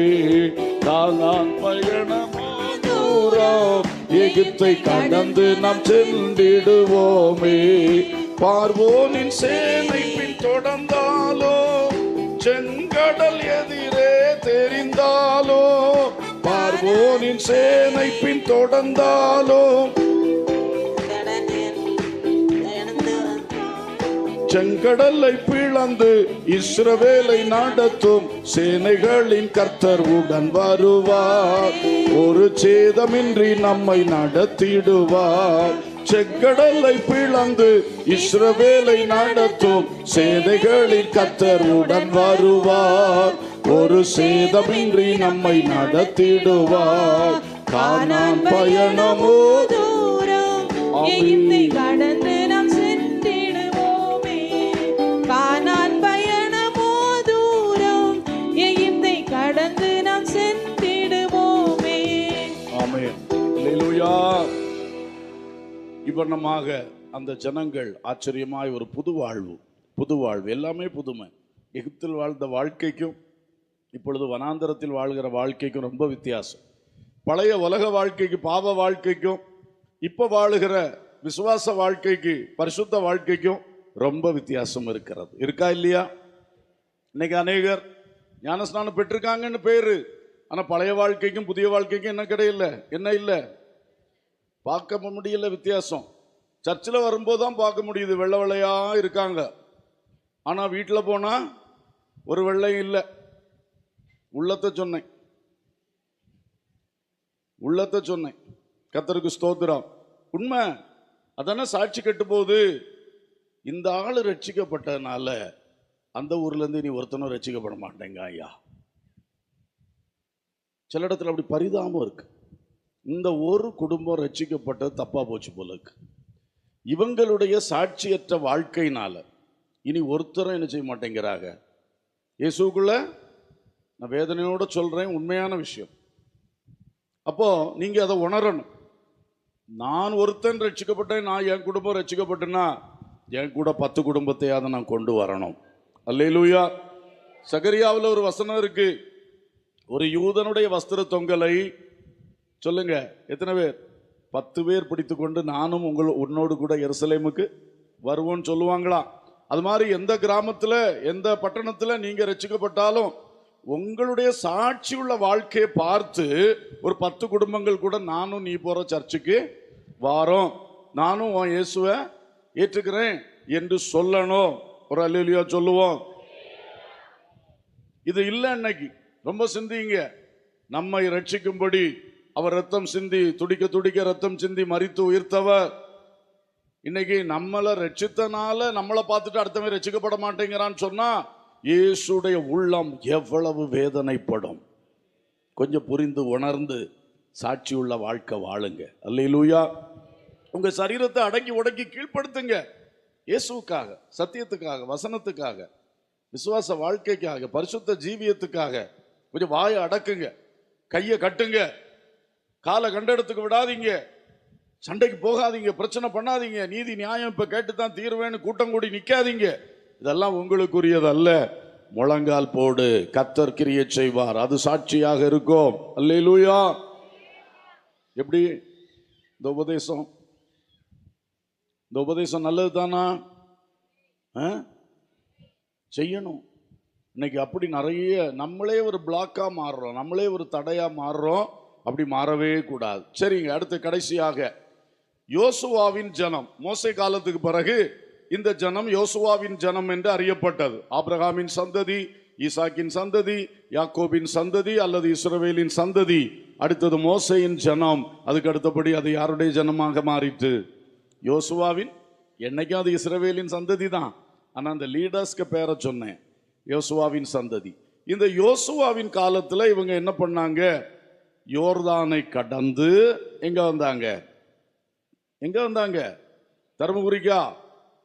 யோர்தானை கடந்து கானானுக்கு. சொல்லுங்க, தெரியாதவங்களும் ஒரு ஆள் சொல்லும்போது திரும்ப சொல்லலாம் இல்லையா?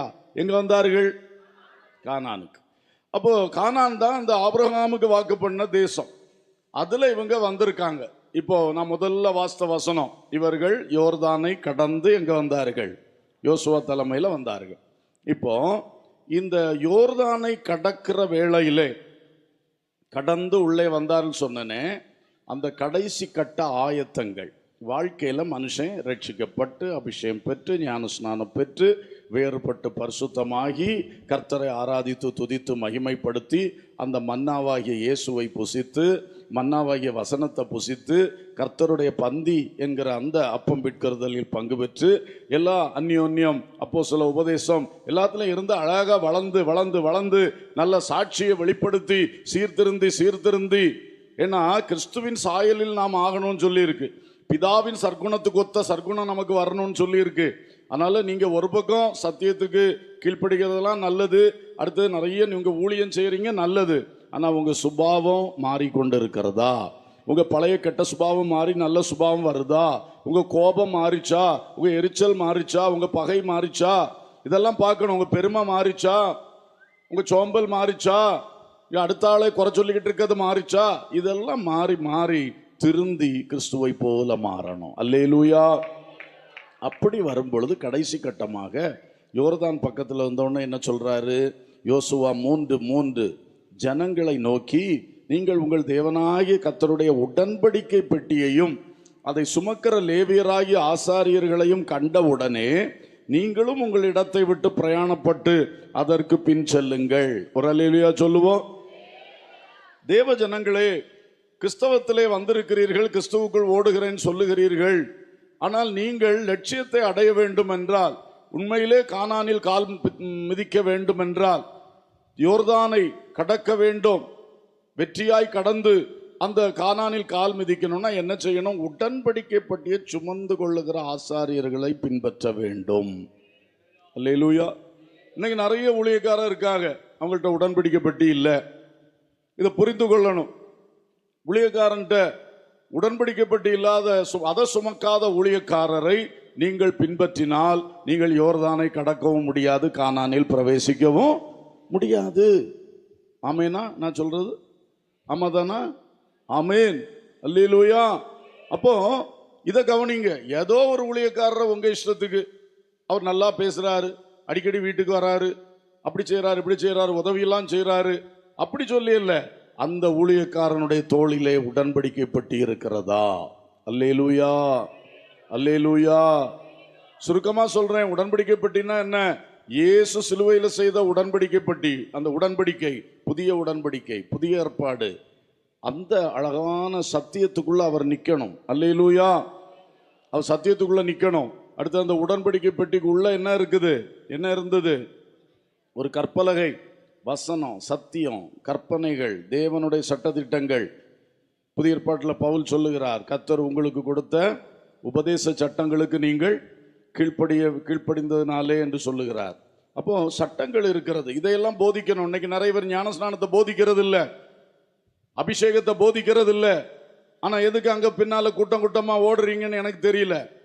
சபைக்கு வந்துட்டு பூரா போய் டிவி முன்னாடி உட்கார், அதுக்கு முன்னால உட்கார், இதுக்கு முன்னால உட்கார். பிரபலங்களை பாருங்கள், பார்த்து கொண்டு இருக்கிறீங்க. ஆனா அந்த பிரபலத்துக்கு தோல்ல உடன்படிக்கப்பட்டு இருக்கான்னு பாருங்க. என்ன மயான அமைதி போல இருக்கே. ஒரு ஆமைனோ ஒரு அல்லையிலையோ சொல்லுங்களேன். எதுக்கு அல்லையிலையோ சொன்னீங்க? கர்த்தரை மகிமைப்படுத்தி இருக்கீங்க, நன்றி. அப்ப பாருங்க, இதெல்லாம் கொஞ்சம் யோசிக்கணும்.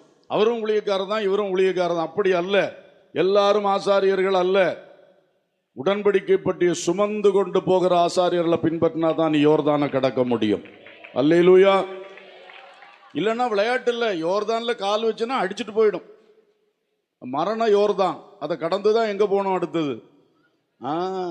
மரண யோர்தான் எப்படி மகா பயங்கரமா பாஞ்சிட்டு இருக்கு. அங்க போய் கடக்க போறேன்னு கால் வச்சுன்னா உன்னை எங்க கொண்டு போயிடும். ஆமா, எல்லாம் பாதாளத்துக்கு தான் போயிட்டு இருக்காது. ஆனா அதை கடந்து அக்கறை சேர்வது தான் வெற்றி. அல்லேலூயா. அப்படி சேரணும்னா நீங்க உங்க சபையை பற்றி பாருங்க, உங்க ஊழியக்காரரை பற்றி பாருங்க. சபையில வசனம் சத்தியம் கரெக்டா பேசப்படுதா கவனிங்க. நீ வாசிக்கிற வசனத்தை ஒத்துப்பார்.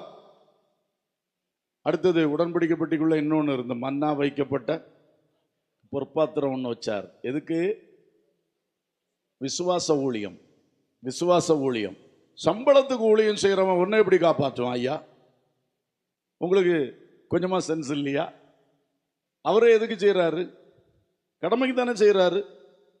நான் எனக்கென்று ஒன்றும் வேண்டாம், உண்ண உணவும் உடுக்க உடையும் கத்தர் தந்தால் போதும், தலை சாய்க்க ஒரு இடமும் தந்தாருன்னா போதும் ஐயா என்று ஓடுகிற விசுவாச ஊழியம் இன்னைக்கு வேணும். அல்லேலூயா. அதான் அப்போஸ்தல ஊழியம். சும்மா எல்லாம் அப்போஸ்தலன் பேர் போட்டோம்னா அப்போஸ்தலன் ஆயிருமா? அப்ப பாருங்கள், அப்படிப்பட்ட அந்த அனுபவங்கள் இருக்கணும். அப்போ அவங்க தான் நம்மளை விசுவாசத்துல தூண்டுவாங்க. இல்லைன்னா நம்ம எல்லாத்துலேயும் உலகத்தான போல வாழ்ந்து பல கட்டுகளுக்குள்ள சிக்கிடுவோம். விசுவாசம் இல்லைன்னா கடன் கட்டில் சிக்கிறோம், பல பல கட்டுகளில் சிக்கிறோம்னு வைங்களேன். ஆனால் விசுவாசம் இருந்தால் அந்த கட்டுகளில் இருந்து விடுதலை பெற்று நம்ம என்ன பண்ணிக்கிட்டே இருப்போம்? வாழ்க்கை விடுதலையாய் வெற்றியாய் முன் சொல்லும், ஆத்மாவும் விடுதலையாய் வெற்றியாய் முன் சொல்லும். அல்லேலூயா. அதுக்கு தான் சொல்றது விசுவாச ஊழியம். மன்னா வைக்கப்பட்ட பொற்பாத்திரத்தை மறக்க கூடாது. இயேசு காட்டும் வழியிலே, வசனம் காட்டும் வழியிலே கரெக்டா போகணும். அடுத்து இன்னொன்னும் கூட உள்ள வச்சாங்க. என்னது? ஆரோனுடைய துளிர்த்த கோல். அது தேவனுடைய அபிஷேகம், தேவனுடைய அங்கீகாரம். இந்த ஆரோனைத்தான் இந்த பரிசுத்தமான ஊழியத்துக்கு நான் அங்கீகரித்திருக்கிறேன்னு சொல்லி கர்த்தர் நிரூபித்து காண்பித்தது. அல்லேலூயா. அப்ப அதுல கரெக்டா இருக்கணும். ஊழியர் என்பவர் நமக்காக தேவனால் அபிஷேகம் பண்ணப்பட்டு நம்முடைய சர்ச்சுக்கு அனுப்பப்பட்டவர், நம்முடைய கண்காணிப்பை செய்யும்படி அவர் ஒரு பொறுப்பில் வைக்கப்பட்டவர். ஒவ்வொருவருக்கும் உரிய கனத்தை கொடுத்து அப்படி நாம நடக்கணும். ஆளு சின்ன வயசா இருக்கலாம், பெரிய வயசா இருக்கலாம், படிச்சதா இருக்கலாம், படிக்காம இருக்கலாம், அதெல்லாம் இல்லை. கர்த்தர் அபிஷேகத்தை அந்த இடத்துல வச்சிருக்கிறாரா, அப்ப நம்ம அதற்குரிய கனத்தை கொடுக்கணும். ஆமென். இதெல்லாம் நிறைந்த ஒரு ஊழியர். அந்த ஊழியரை ஸ்தாபனத்துக்கு கீழ்ப்படிய மாட்டார். அவர் எப்படி உங்களை நடத்துவார்? அவரே நடத்துறவங்களுக்கு கீழ்ப்படியல, அவருக்கே கீழ்ப்படிதல் இல்லை, அவர் எப்படி கீழ்ப்படிதலை போதிப்பார்? இப்படித்தான் சில பரிதாபங்கள் இருக்கிறது. அதனால இந்த உடன்படிக்கை பெட்டியை சுமக்கிறவர் கர்த்தருடைய அந்த சிலுவையின் உடன்படிக்கையை, வசனம் சொல்லுகிற சத்தியங்களை, கற்பனைகளை, அவர் அந்த விசுவாச அனுபவங்களை, அடுத்தது இந்த யாரை எப்படி மதிக்கணும், யார்கிட்ட எப்படி நடந்து கொள்ளணும், அந்த எல்லா ஒழுங்குகளை எல்லாவற்றையும் ஏற்றெடுத்து அவர் தோள்ல சுமந்து நடந்து செல்லுகிறார். அவர்தான் தேவனால் தெரிந்து கொள்ளப்பட்ட ஆசாரியன், ஊழியக்காரன். அவருக்கு பின்னால நீ போனீன்னா நிச்சயமாய் மரண யோர்தானை ஜெயித்து நீ பரலோக ராஜ்யம் சேருவாய். அல்லேலூயா. அதனால யாரையும் பின்பற்றி போகாதீங்க. உங்க கண்களுக்கு பிரியமான, உங்க காதுக்கு இனிமையாய் பேசுகிற, அல்லது உங்களுக்கு எதமா உங்களுக்கு பல காரியங்களை உதவி செய்து தருகிற அப்படியெல்லாம் தீர்மானிக்காதீங்க. நான் சொன்ன இந்த ஒழுங்குகளில் பாருங்க. அல்லேலூயா. அடுத்ததாக சொல்லியிருக்கு 4ஆம் வசனத்துல, உங்களுக்கும் அதற்கும் இடையிலே 2000 முழ தூரமான இடம் இருக்க வேண்டும். நீங்கள் நடக்க வேண்டிய வழியை அறியும்படிக்கு அதற்கு சமீபமாய் வராதிருப்பீர்களாக. இதற்கு முன்னே நீங்கள் ஒருபோதும் இந்த வழியாய் நடந்து போகவில்லை என்று சொல்லி கட்டளையிட்டார்கள். அல்லேலூயா. ஊழியக்காரங்களை பின்பற்றுங்கன்னு சொன்னேன்.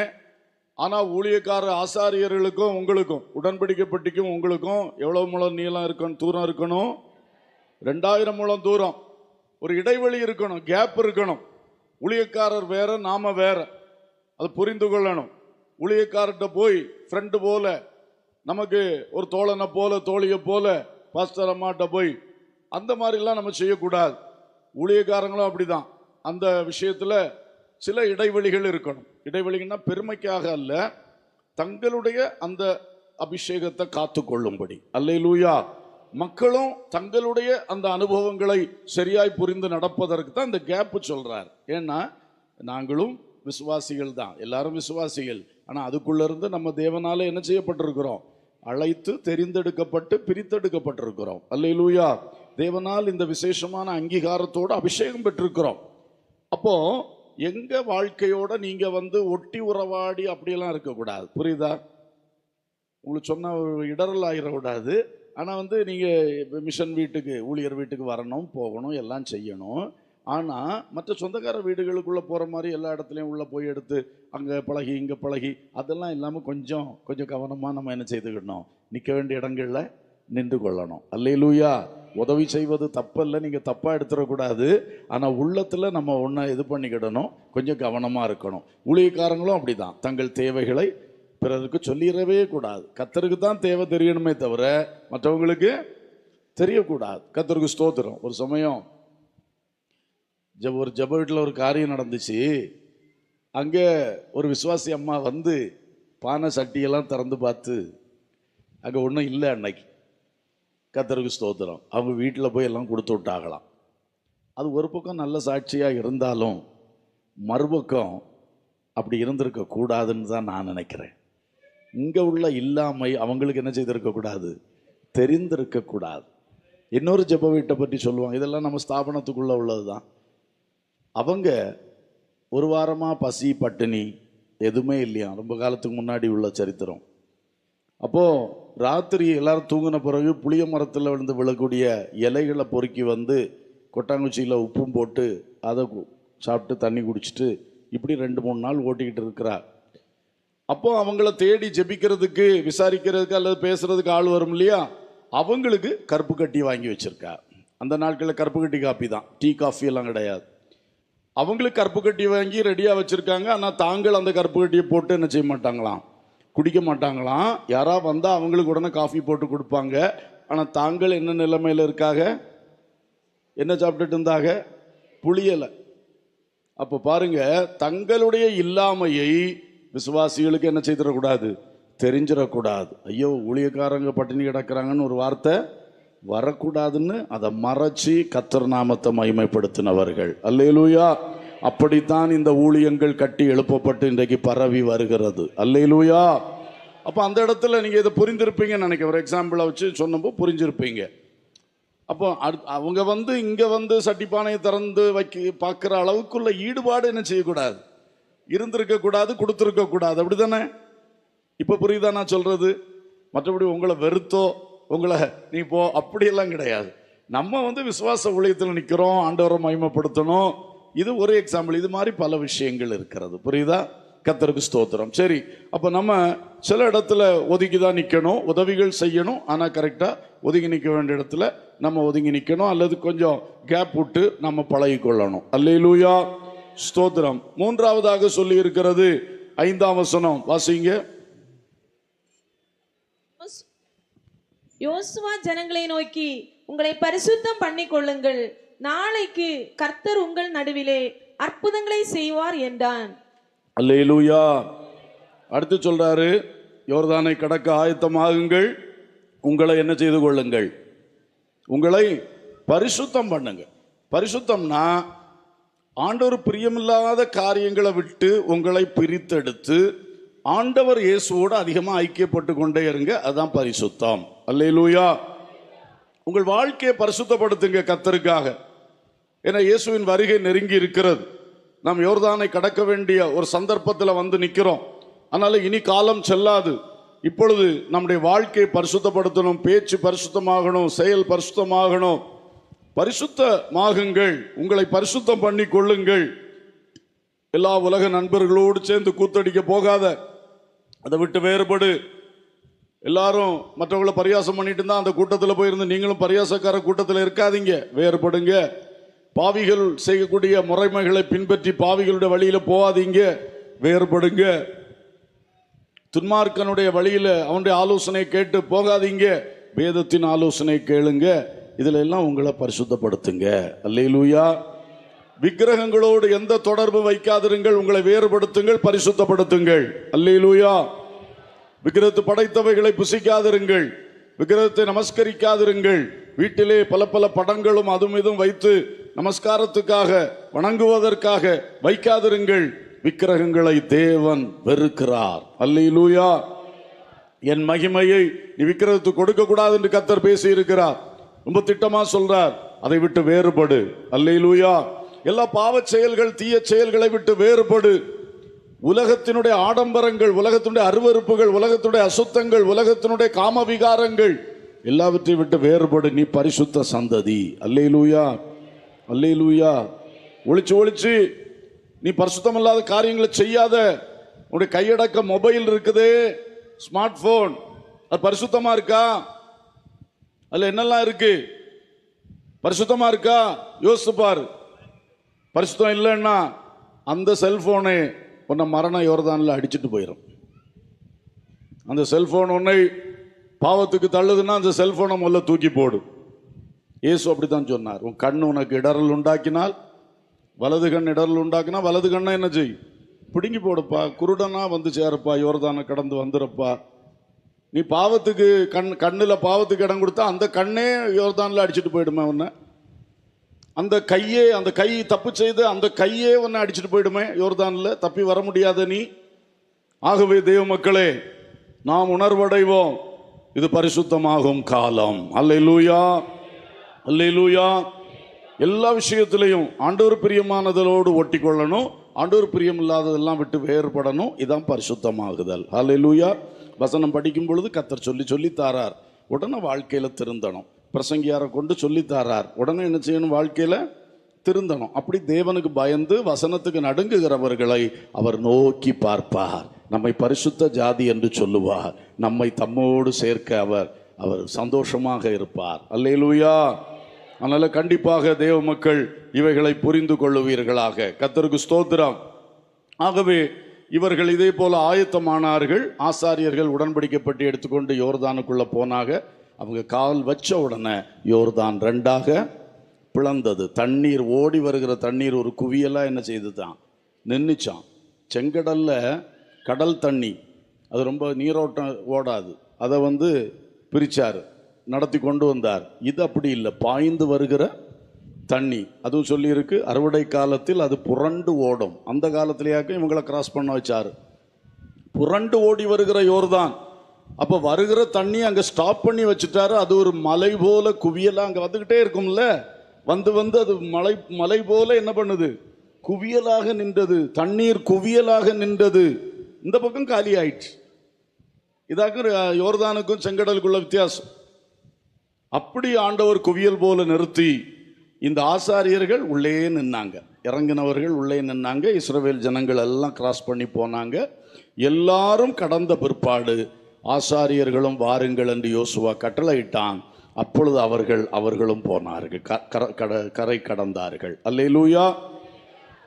அப்போ ஊழியக்காரருடைய பொறுப்பு அங்கே இருக்கிறது. என் கிட்ட வருகிற அத்தனை ஆத்துமாக்களையும் யோர்தானை கடக்க செய்ய வேண்டும். என் பிள்ளைகள் யாரும் இந்த மரணத்தில் அடிச்சுட்டு போகப்பட கூடாது. எந்த மரணம்? பாவத்தின் சம்பளம் மரணம். இரண்டாம் மரணமாகிய அக்கினி கடல்ல போய் அந்த நித்திய ஆக்கினையை, சதாகாலம் வாதிக்கப்படுகிற தண்டனை அனுபவிக்காமல் என்னிடத்தில் வருகிற ஒவ்வொரு ஆத்துமாவும் அந்த மரண யோர்தானை கடந்து பரலோகம் செல்லணும். ஹல்லேலூயா. அந்த பாரம் இருக்கணும், அந்த பாரம் இருக்கணும். நம்ம இடம் வாங்குறோம், சபை கட்டுறோம், சபைக்கு பொருள் வாங்குறோம், எல்லாம் நடக்கட்டு. ஆனா ஆத்துமாக்களை ரட்சிப்புக்குள்ள நடத்தணும். ரட்சிக்கப்பட்ட ஆத்துமாக்களை தேவ ராஜ்யத்துக்குள்ள என்ன செய்யணும்? நடத்தணும் என்கிறது எல்லாருக்கும் இருக்கட்டும். விசுவாச மக்களும் அதை புரிஞ்சுக்கிடணும். ஊழியக்காரர்கிட்ட போய் எப்போ உலக காரியங்களையே கேட்டு அதுபடியே நடந்துட்டு இருக்க கூடாது. தெய்வீக காரியங்களை பார்க்கணும். அல்லேலூயா. ஆசாரியனுடைய உதடுகளில் எதை தேடணும் சொல்லுங்க? வேதத்தை தேடுங்க. ஆசாரியர் உதவியில் போய் அரசியல் பேசுவார்னு நினைக்காதீங்க. அவர் அதை பேசுவார், இதை பேசுவார், நம்மோட ஜாலியா பேசுவார். அவர் ஜாலியா பேசுறதுக்கு இல்ல அவர் மேல இருக்கிற அபிஷேகம், வேதத்தை பேசுவதுக்கு தான் அந்த அபிஷேகம். அல்லேலூயா. ஆனா ரெண்டு பக்கத்தாருக்கும் இருக்கு. நாங்களும் கவனமா இருக்கணும். நீங்களும் எங்கள்கிட்ட வந்து வேற நோக்கங்களோடு என்ன செய்யக்கூடாது, பண்ணக்கூடாது. நீங்க உங்க ஆத்மாவுக்கு எங்களை நல்லா பயன்படுத்துங்க. நீங்க பரலோக ராஜ்யம் போற அந்த கானான் பயணத்துக்கு எங்களை நல்லா பயன்படுத்துங்க. உங்களுக்கு அந்த இடத்துல பூமிக்குரிய நன்மைகளுக்கும் நாங்க ஜெபம் பண்ணுவோம், அதுக்கும் பயன்படுத்துங்க. அல்லேலூயா. அதே வேளையில எங்கள்கிட்ட வந்து கடன் கேட்டு வந்தா என்ன பண்றது? எப்படியாவது வந்து எங்களுக்கு இந்த வேலை வாய்ப்பை வாங்கி தாங்க பாஸ்டர். பாஸ்டருக்கு அதான் வேலை, ஜெபம் பண்ணுவார், ஆண்டவர் வேலையை கொடுப்பார். அதான் பாஸ்டருக்கு வேலை. அடுத்தனா சொல்கிறது தப்பா? பாஸ்டர் கல்யாணம் பேசி வைக்கிறது தப்பு இல்லை. ஆனால் இவர் பிறகு ரெண்டு பக்கம் மத்தளம் மாதிரி அடி வாங்கிட்டு இருப்பார். ஊழியத்து பேர் கெட்டு போயிடும்.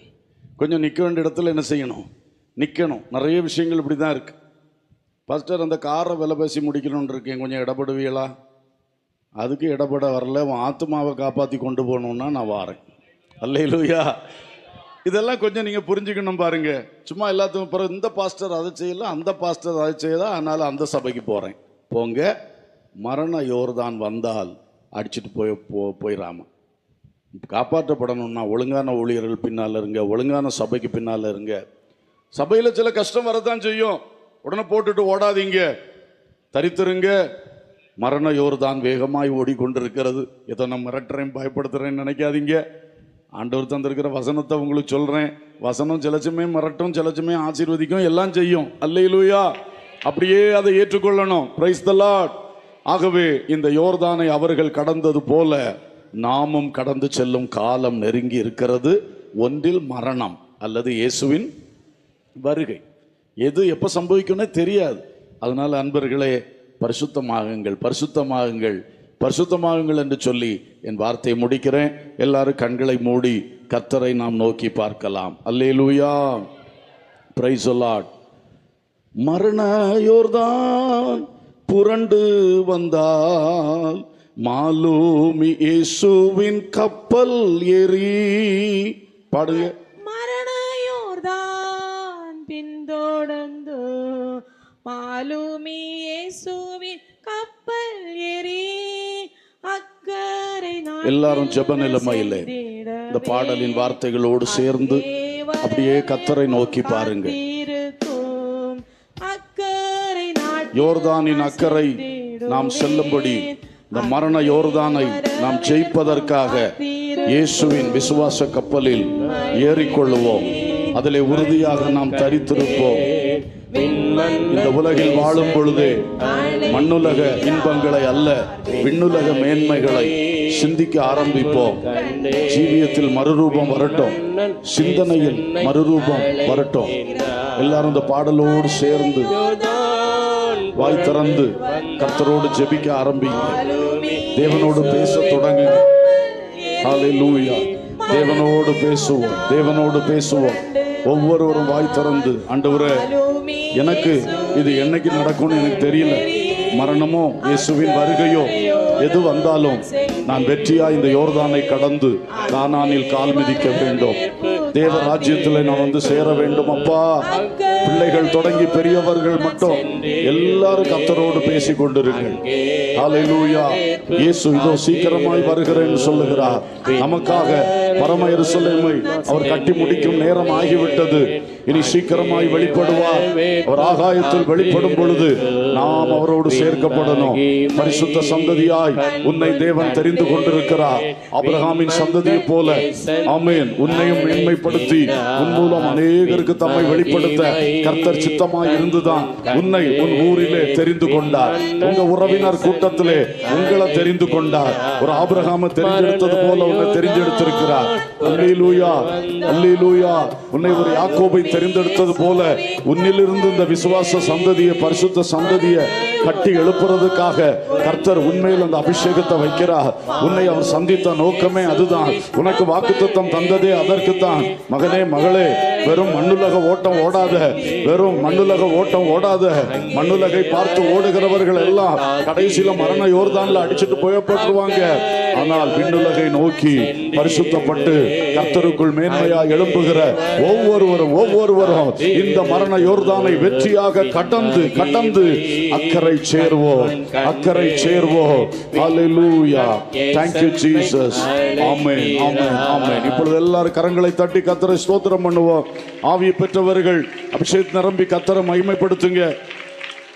நல்லா மகிமைப்படுத்துங்க. எனக்கு இப்படி ஒரு வெற்றி வாழ்க்கை தாங்கப்பா, எனக்கு அதுக்குள்ள வல்லமையை தாங்கப்பா, கிருபையை தாங்கப்பான்னு சொல்லி நல்ல ஆவியில் நிரம்பி கர்த்தரை ஸ்தோத்திரம் பண்ணி கொண்டே இருங்க. கொஞ்ச நேரம் ஸ்தோத்திரம் பண்ணும் பொழுது பரிசுத்த ஆவியானவர் நமக்குள் அனுப்பின வார்த்தைகள் மூலம் நமக்குள் ஒரு கிரியை செய்யட்டும்.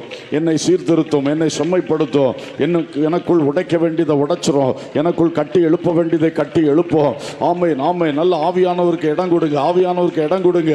அதற்காக நல்ல அந்நிய பாஷை பெற்றவர்கள் அந்நிய பாஷையிலே பேசுங்க. மற்றவர்கள் நல்ல ஸ்தோத்திரம் அல்லேலூயா என்று கர்த்தரை நல்ல மகிமைப்படுத்துங்க. கர்த்தரை துதிக்க, கர்த்தரை உயர்த்த கர்த்தர் நமக்குள்ளே ஒரு ஊழியத்தை செய்து கொண்டிருக்கிறார். இந்த ஊழியம் நம்மை மறுரூபமாக்கும் ஊழியம், நம்மை புதுப்பிக்கும் ஊழியம், நம்மை சுத்திகரிக்கும் ஊழியம். ஆமென், ஆமென், ஆமென். நம்மை உணர்த்தும் ஊழியம் கர்த்தருடைய ஆவியானவர் நமக்குள் செய்கிறார். இடங்குடு மகளே, இடங்குடு மகனே, வாலிப தம்பி தங்கச்சி, நல்ல உள்ளம் திறந்து கர்த்தரை கூப்பிடு. கர்த்தருடைய ஆவியானவர் உன் வாழ்வை கட்டி எழுப்புவார். மரண யோர்தானை வெற்றியாய் கடந்து செல்லும் அளவுக்கு உன்னை இப்பொழுது அவர் கட்டி எழுப்புவார். கரெக்டா சத்தியத்தில் கட்டி எழுப்புவார். பயப்படாதே. ஹல்லேலூயா, ஹல்லேலூயா, ஹல்லேலூயா, ஹல்லேலூயா. Praise God. ஆமென், ஆமென், ஆமென். ரட்சிப்பின் அனுபவம் இல்லாதவர்கள் இயேசுவே என் பாவங்களை மன்னியும் என்று கூப்பிடுங்க, என்னை ரட்சியும் என்று கூப்பிடுங்க. ஞானஸ்நானம் இதுவரைக்கும் எடுக்காதவர்கள் இந்த ஜெப நேரத்தில் தானே நல்ல தீர்மானம் எடுத்து நான் ஞானஸ்நானம் எடுக்க போகிறேன், நான் கூட்டம் முடிஞ்ச உடனே பாஸ்டர்கிட்ட பேச போறேன் என்று சொல்லி ஒரு தீர்மானம் எடுங்கள். ஹல்லேலூயா, ஹல்லேலூயா. ஓ ரபாலபா ஷாந்தரா கபா ரபா ஷலபா புகமனா லிஃபந்தன மஹோலியா தனக சகல துகனபா கதலா ஷகரதர திஃபந்தல பௌஷிபல துனபலபலபலப ஷகர பௌதரி பிலபா திஃபந்தல ரபௌதல ஹந்தன மௌசல பௌரபல பௌ ஷகர துரபல புகமன மௌஷல ராதல ரிகந்தல ரபௌதரப ஷலபதுரியா. பரிசுத்த ஆவியாகிய ஜீவ தண்ணீர் ஒவ்வொரு உள்ளங்களில் ஊற்றப்படணுமே. கண்மலையின் தண்ணீரால் தாகம் தீர்த்த ஞான கண்மலையே, இப்பொழுது யார் நிரப்பப்படவில்லையோ அவர்களை நிரப்பிவிடும்.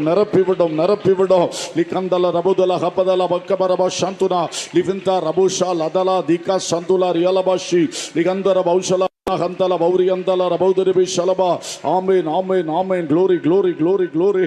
வசன வெளிப்பாடுகள் உண்டாகட்டும், வசனத்தின் வாஞ்சை உண்டாகட்டும், வசனத்தை நேசிக்கட்டும், வசனத்தை காலை தோறும் தியானிக்கட்டும், வசனத்தை படிக்கட்டும், வசனத்தின் வழி நடக்கட்டும், வசனத்துக்கு கீழ்ப்படியட்டும். இயேசுவின் நாமத்தில் அப்படியாகட்டும். உலா பரா துரா ரிபா ரபா லபா ஷலா. Oh glory, glory, glory, glory, glory. லிகந்தன மௌதரிபி கபலா சந்தரா ஷலபதுரப துனமா. எல்லா கட்டுகள் உடையட்டும். வசனத்துக்கு நேரா இருக்கிற உள்ளத்தை உலகத்துக்கு நேரா திருப்புகிற பொல்லாத ஆவியின் கிரியைகள் ஒவ்வொரு விசுவாசிகளை விட்டு, தேவ ஊழியர்களை விட்டு விலகி போட்டோம். கர்த்தருடைய வேதத்தில் தியானமாயிருக்கிற மனுஷன் பாக்கியவான், அவன் செய்வதெல்லாம் வாய்க்கும். ஆமென், ஆமென், ஆமென், ஆமென். இயேசுவே, உம்மை அனுதினமும் புசிக்கிற அந்த அழகான தியான வாழ்க்கை எங்களுக்கு தாரும். இயேசுவை ரசிக்கிற, இயேசுவை ருசிக்கிற, இயேசுவின் கிரியைகளை, இயேசுவின் வார்த்தைகளை ருசித்து புசித்து பலன் அடையத்தக்கதாய் இயேசுவை போல மாறணுமே, இயேசுவை போல பேசணுமே, இயேசுவை போல சாட்சியா இருக்கணுமே என்கிற வாஞ்சை இப்பொழுது பெருகட்டும் தகப்பனே. ஒவ்வொரு உள்ளத்திலும் அந்த தாகத்தை தாரோ. லிமா மாமா நாமா நாமா கமா நகா லகா சகா லதா லிகன்சா லகா சகல பக சஹந்தல சகர துனஹா திகந்தன மௌஹசல சகல பக்கமனா திஃபந்தல ரபுஷரா தன ஹந்துன மௌரியந்தல. Glory, glory, glory, glory. அப்பம் பிட்குதலில் பங்கு பெறாதவர்கள் கர்த்தருடைய பந்தியை விட்டு விலகி எழும்பி ஓடுகிற நீ எப்படி யோர்தானை கடக்க போகிறாய்? இந்த பகல் வேளை ஒரு தீர்மானம் எடு. என் வாழ்க்கையை சரிப்படுத்தி கர்த்தருடைய பந்தியில் நான் பங்கடைவேன், கர்த்தருடைய பந்தியில் பங்கடைவேன். விசுவாசத்திலே நான் பலப்படுவேன், பரிசுத்தத்தில் ஜீவியத்தில் பலப்படுவேன், தேவ அன்பின் ஜீவியத்தில் பலப்படுவேன். குறைகளை சரிப்படுத்தும்படியாய் இதோ என் உள்ளத்தை திறக்கிறேன் ஆவியானவரே, என் உள்ளத்தில் அசைவாடும் ஆவியானவரே. இன்று பகல் வேளையே கட்டுகள் உடைக்கப்படட்டும் ஆவியானவரே. ஆமீன். கர்த்தருடைய பந்தியில் பங்கடைவேன், கர்த்தருடைய பரிசுத்தவான்களின் ஐக்கியத்தில் தரித்திருப்பேன், அப்போஸ்தல உபதேசத்தை கேட்பேன், அந்யோன்யத்திலே உறுதியாய் தரித்திருப்பேன். ஹல்லேலூயா, ஹல்லேலூயா, ஹல்லேலூயா, ஹல்லேலூயா. நாளானது சமீபித்து வருவதை நீங்கள் பார்க்கும் பொழுது இன்னும் அதிகமாய் பரிசுத்தமாகுங்கள், பரிசுத்தமாகுங்கள். கர்த்தர் இயேசு இதோ சீக்கிரமாய் வருகிறார். மரண யோர்தானை கடக்கும் நேரம் நெருங்கி வந்திருக்கிறது. ஆவியானவருக்குள் வாழ்ந்து கொண்டிரு, இயேசுவின் கரம் பிடித்து வாழ்ந்து கொண்டிரு, பிதாவின் சமூகத்தின் பார்வைக்குள் வாழ்ந்து கொண்டிரு. அப்பொழுது எப்பொழுது இந்த மரண யோர்தான் சந்தித்தாலும் நீ வெற்றியாக பரதீசுக்குள் பிரவேசிப்பாய், கானானுக்குள் நீ கால் வைப்பாய், நித்திய பாக்கியத்தை நீ அடைந்து கொள்ளுவாய். ஆமென், ஆமென், ஆமென். glory, glory, glory, glory. hallelujah, hallelujah, hallelujah. ஆமென், ஆமென், ஆமென். எல்லாரும் சத்தமாக பிதாவாகிய தேவனை ஸ்தோத்தரிப்போம். நம்முடைய கர்த்தரும் இரட்சகருமான இயேசு கிறிஸ்துவை ஸ்தோத்தரிப்போம். பரிசுத்தாவியான தேவனை ஸ்தோத்தரிப்போம். நம்முடைய இயேசு கிறிஸ்து வேகமாய் வருகிறதற்காய் ஸ்தோத்தரிப்போம்.